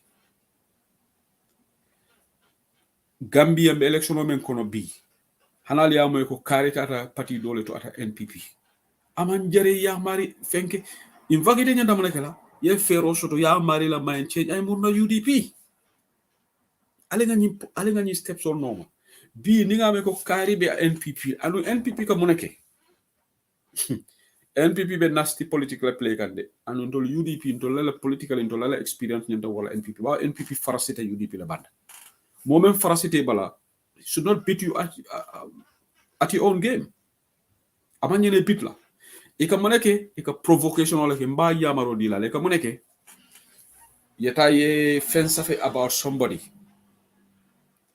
then ni UDP ngol yo screenshot of Facebook or bole tara saferole be kari fana metene kari then they are waiting mbe yamaro men dila saferla bela diamula lo bela but tunku jawle kono right now in political in a very crucial period of our election every vote matters sometimes from silence is golden melben melbening Pamoudou Bojang. Sometimes now UDP for criticize. Alenga ignore. My example already gande. Because Pamoudou is a journalist. And I'm every time I be memfola, we be dialan tol tuloyen. Sometimes na come for. You can disagree, but you don't have to go on Facebook ranting. No, it doesn't solve anything. Alenga try, we have to be very, very, very clever in this 11th hour. Because when we ni molbe kafukan together to gang up against you, you cannot create so many lines enemies. Ni ko be enemies jamal create la then you want to focus on this, you want to focus on this. You make your battle so difficult. Dolla agenda is on Baro na la corrupt official ali nga focus wolka. NPP la molu ni momo be Baro enable kan ngalon ko mek ebal ngala diamo dibam. Let us carry our narratives na agenda wafi na 5-point agenda bi na manifesto bi bari left not everything we have to react on Facebook. Kodol bi let's ignore because social media UDP la control. It will form you admit le. NPP ngol fon ko yes UDP wala neka for president of Facebook. That is a plus for us. Neither neka for lawyer Dabo is president of Facebook. Alhamdulillah rabbil alamin. Because maybe social media ni jamano president mang social media control man ke social media 30 ita de gagner ngani mfali yende ali ajale Donald Trump brani face ani social media dun tajola mana manji so Nicolo Dabo is president of Facebook alhamdulillah rabbil alamin manana Baro man ke president of Facebook manana Baro man social media anu Baro million wol invest because Baro media platform e million wol dila ndola nyim platform ndol ma million wol soto na domandi wol ngol kafu nyokan anu ngakele voluntarily mol membe ka nyim platform ani belka jamila individual Facebook so nyimu brotherly advice leti because legi fo nga ñoo advice right alike amanke ko everything nyanta safelale yes democracy be nyaming everybody's entitled to opinion but it's sometimes ni be fo safela there are two sides to it what golung only diba ware advice le di jambre ni la réussir programme joto think of the implications for your party. Do we stand to benefit from this? If I keep quiet about this, Ali NPP ngolje. Ila Facebook ole buke nyatele mola na manga UDP. Itoli your strategy ra mama. Ika UDP le ba. Killing manal ka jahan esa fal fo ika attack le ba. Ila diamla dol ka male without TRRC. Bari lañu safer la balu jama de ibuka esa fall attack so you can moneke you can nasty game le play on UDP and on don't lañu daka politically don't lañu maturity don't lañu political loyalty you can moneke sometimes you ray fen safe ala remember jam Ramos Sabali who is doing a fantastic job for UDP and ni on the 11 Busumbala rally be ñanta kala je all Busumbala rally and New York chapter for Nyantana Bantaka. Incidentally, that day we have to look at the timing. Ramos Abali, what about the NPP? APRC-NPP ngole audio le da ka provoke. Thinking that UDP ngole bitalele ya ne gani Sabali blood is thicker than water. But we countered the ndolngo ke smart thinking and people control moment react. that was very smart on the type of UDP. Majority did not even react. But the plan was, yana ye UDP ko ye blaram ya musabala ya kuma dibi no fire. No okay no that would have created commotion. Right? So nyanda menkela alinga focus alinga strategy me tundu jawle to teng NPP ngol ganen di rokale. Let's not be lobo on that. Ila evidence will be firing tap. Abe siari. But ntolle nyaka sela because ntolle social media control. So malafi make a topic code abuka topic code. Dengan day men woka faf social media. Let us be very measured in our sufferol. And in private individuals or meli along go in public official already. Hani mona rakwe ko kari betene. Afai ha.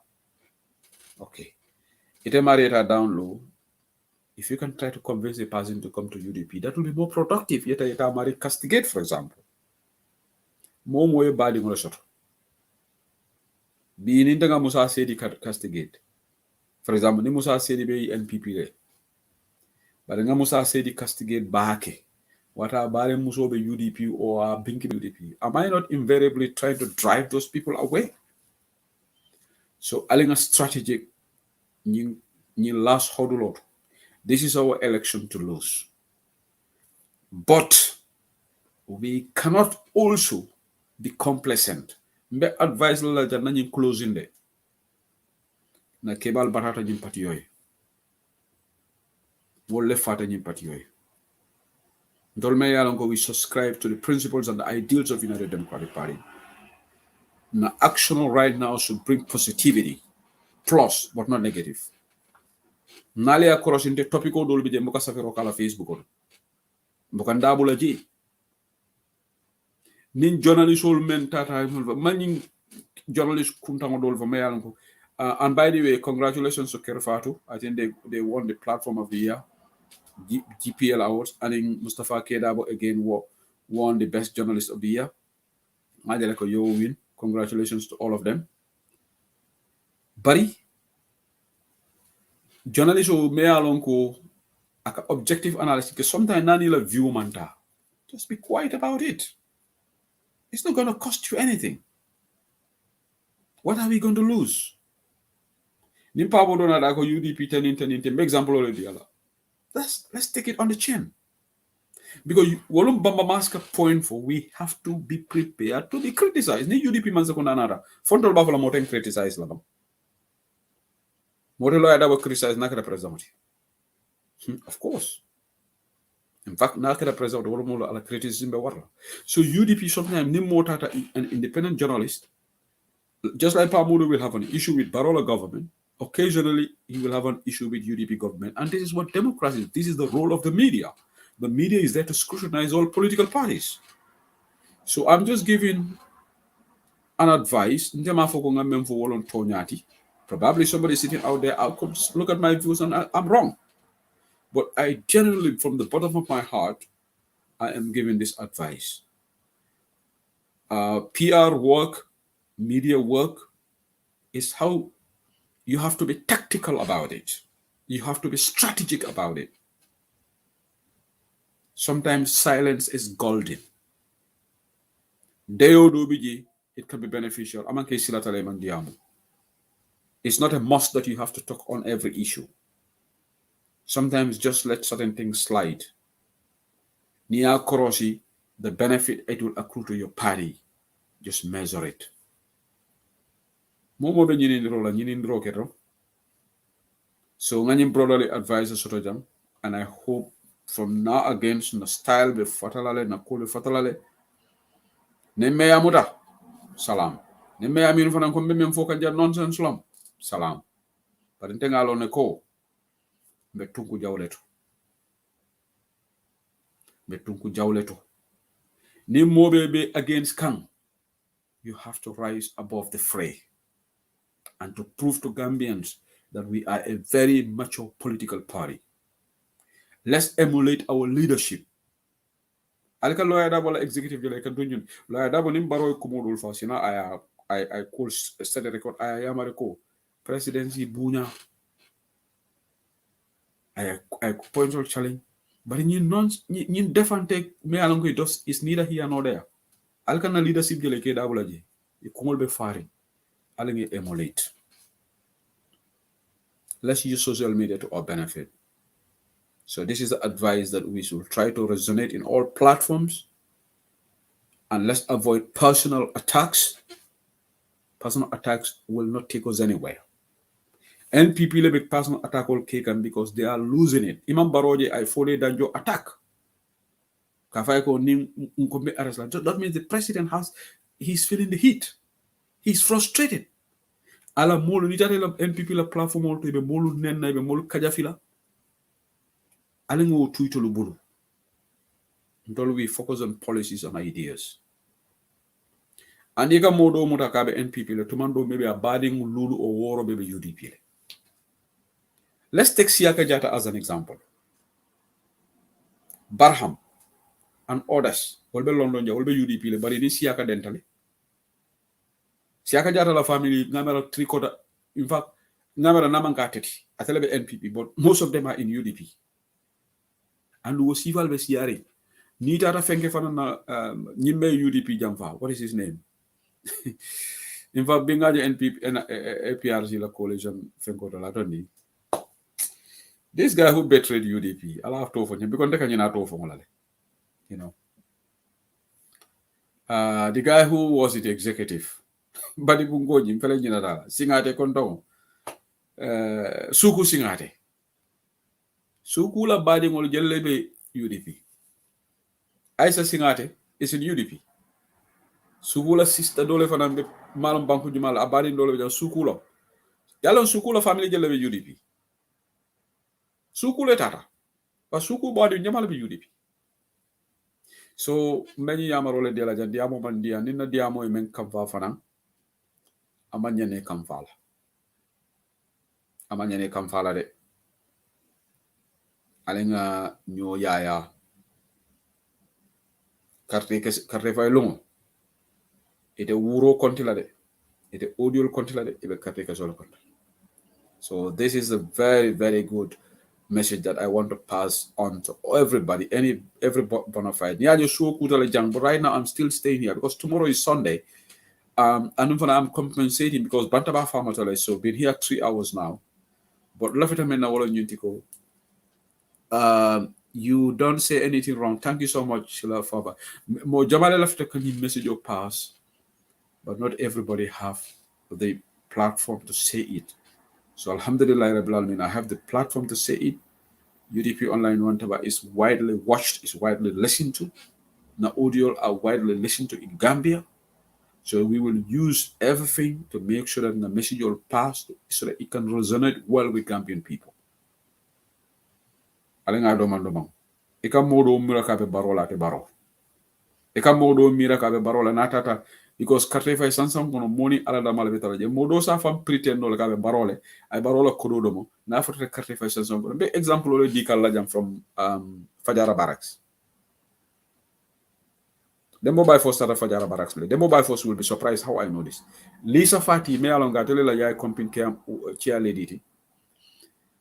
Ako e mol dajale prus campo kono wole karto fay barway wokay ko he ndolla jangula so ye kodole di wola ka bribe pour weta di am moli so do wolbe kodo do malale ite karto fay la barway because gone are those days woto mo ya jamala tay ka fo ha computer la bije say gambe no yalla ko be manke toñate mo dun takate fa sinzo e ka mo do ja ka fo ko be barwa ndanga mo lonne nda mari to la jang akara NPP la meeting ngol tole ani NPP ngol ka dine and wine le wote karto fay la baroy. There's so many examples because wol do le fonka information odin tolla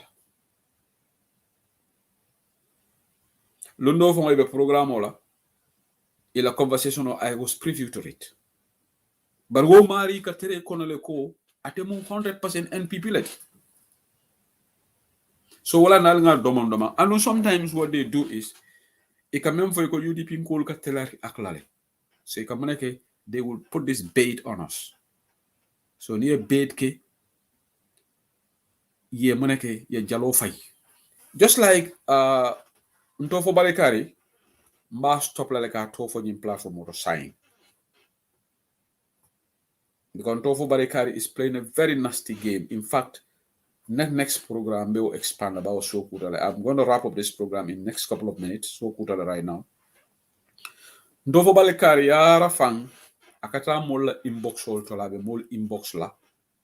Aba fola mole ko atelong the real commando ti because ate ka sleepless nights the dinner ya swaka muneke so ndolga tofo nyim platform to ja nyami akata baro ya ka imaje mbi batandi kanne be ko kala pour baro ya recognize so he's trying to use us to win the confidence of baro ale ñu la desperation o jele so nata tay mol inbox ay mol ani mol finge walanka tag nyami nyim Facebook auto he's enjoying it so sante I'm not going to talk much about him because he's not important he's not relevant among foroyamen tamandi UDP kama wala nante ka tofu but he's using us the more ka tofu the more Barrow gives him recognition so NPP kan yo sabale ni ke tolfo Barrow ba fole he carrément nak katala ba imagine UDP ngol abe paran so tofu bari kan is playing this nasty game imagine bi mo me ma tofu saying for just last 10 till and ngato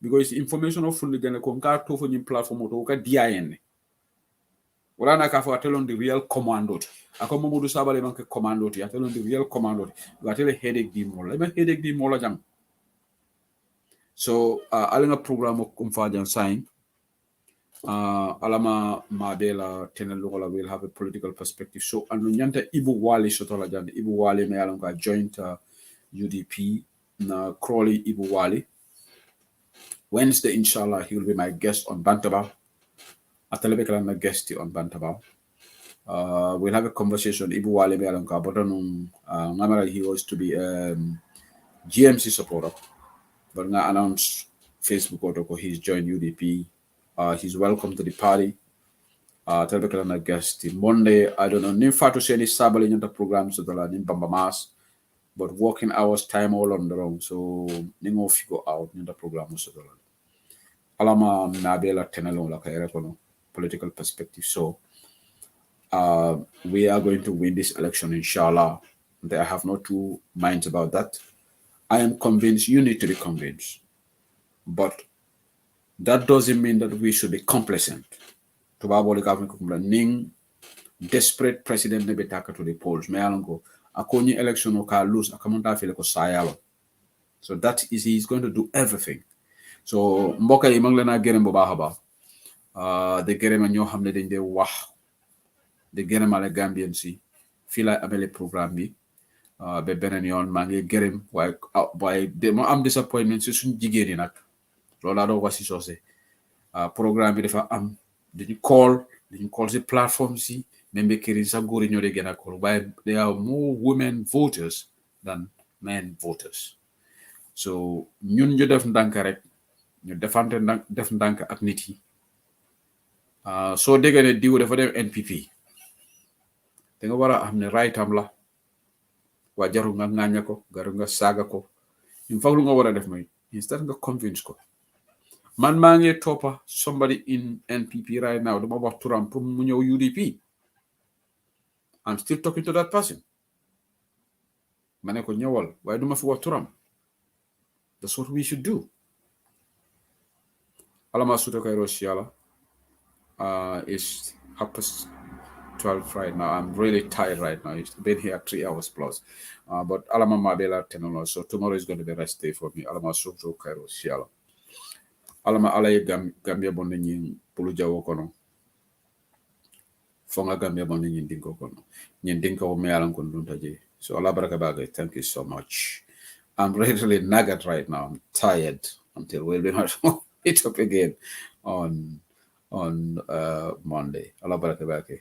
Allah barak. Allah masuto kare ya Allah barak. Allah barak. Thank you.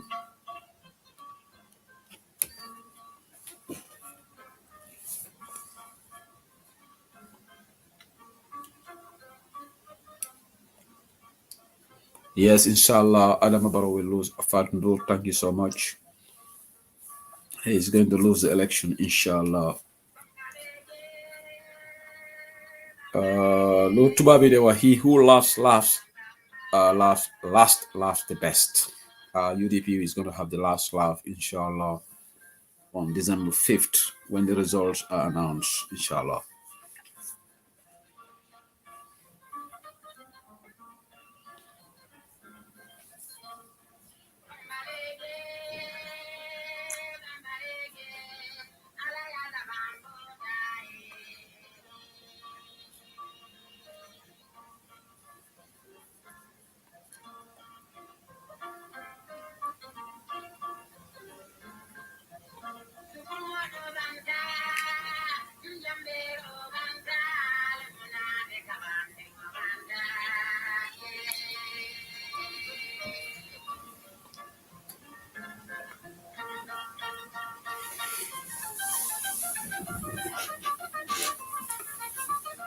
Thank you, Rebecca Maya.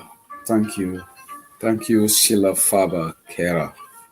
Barakabake Sisla Jada Noha Fofana Baraka. Barakabake Boy Sise. Baraka.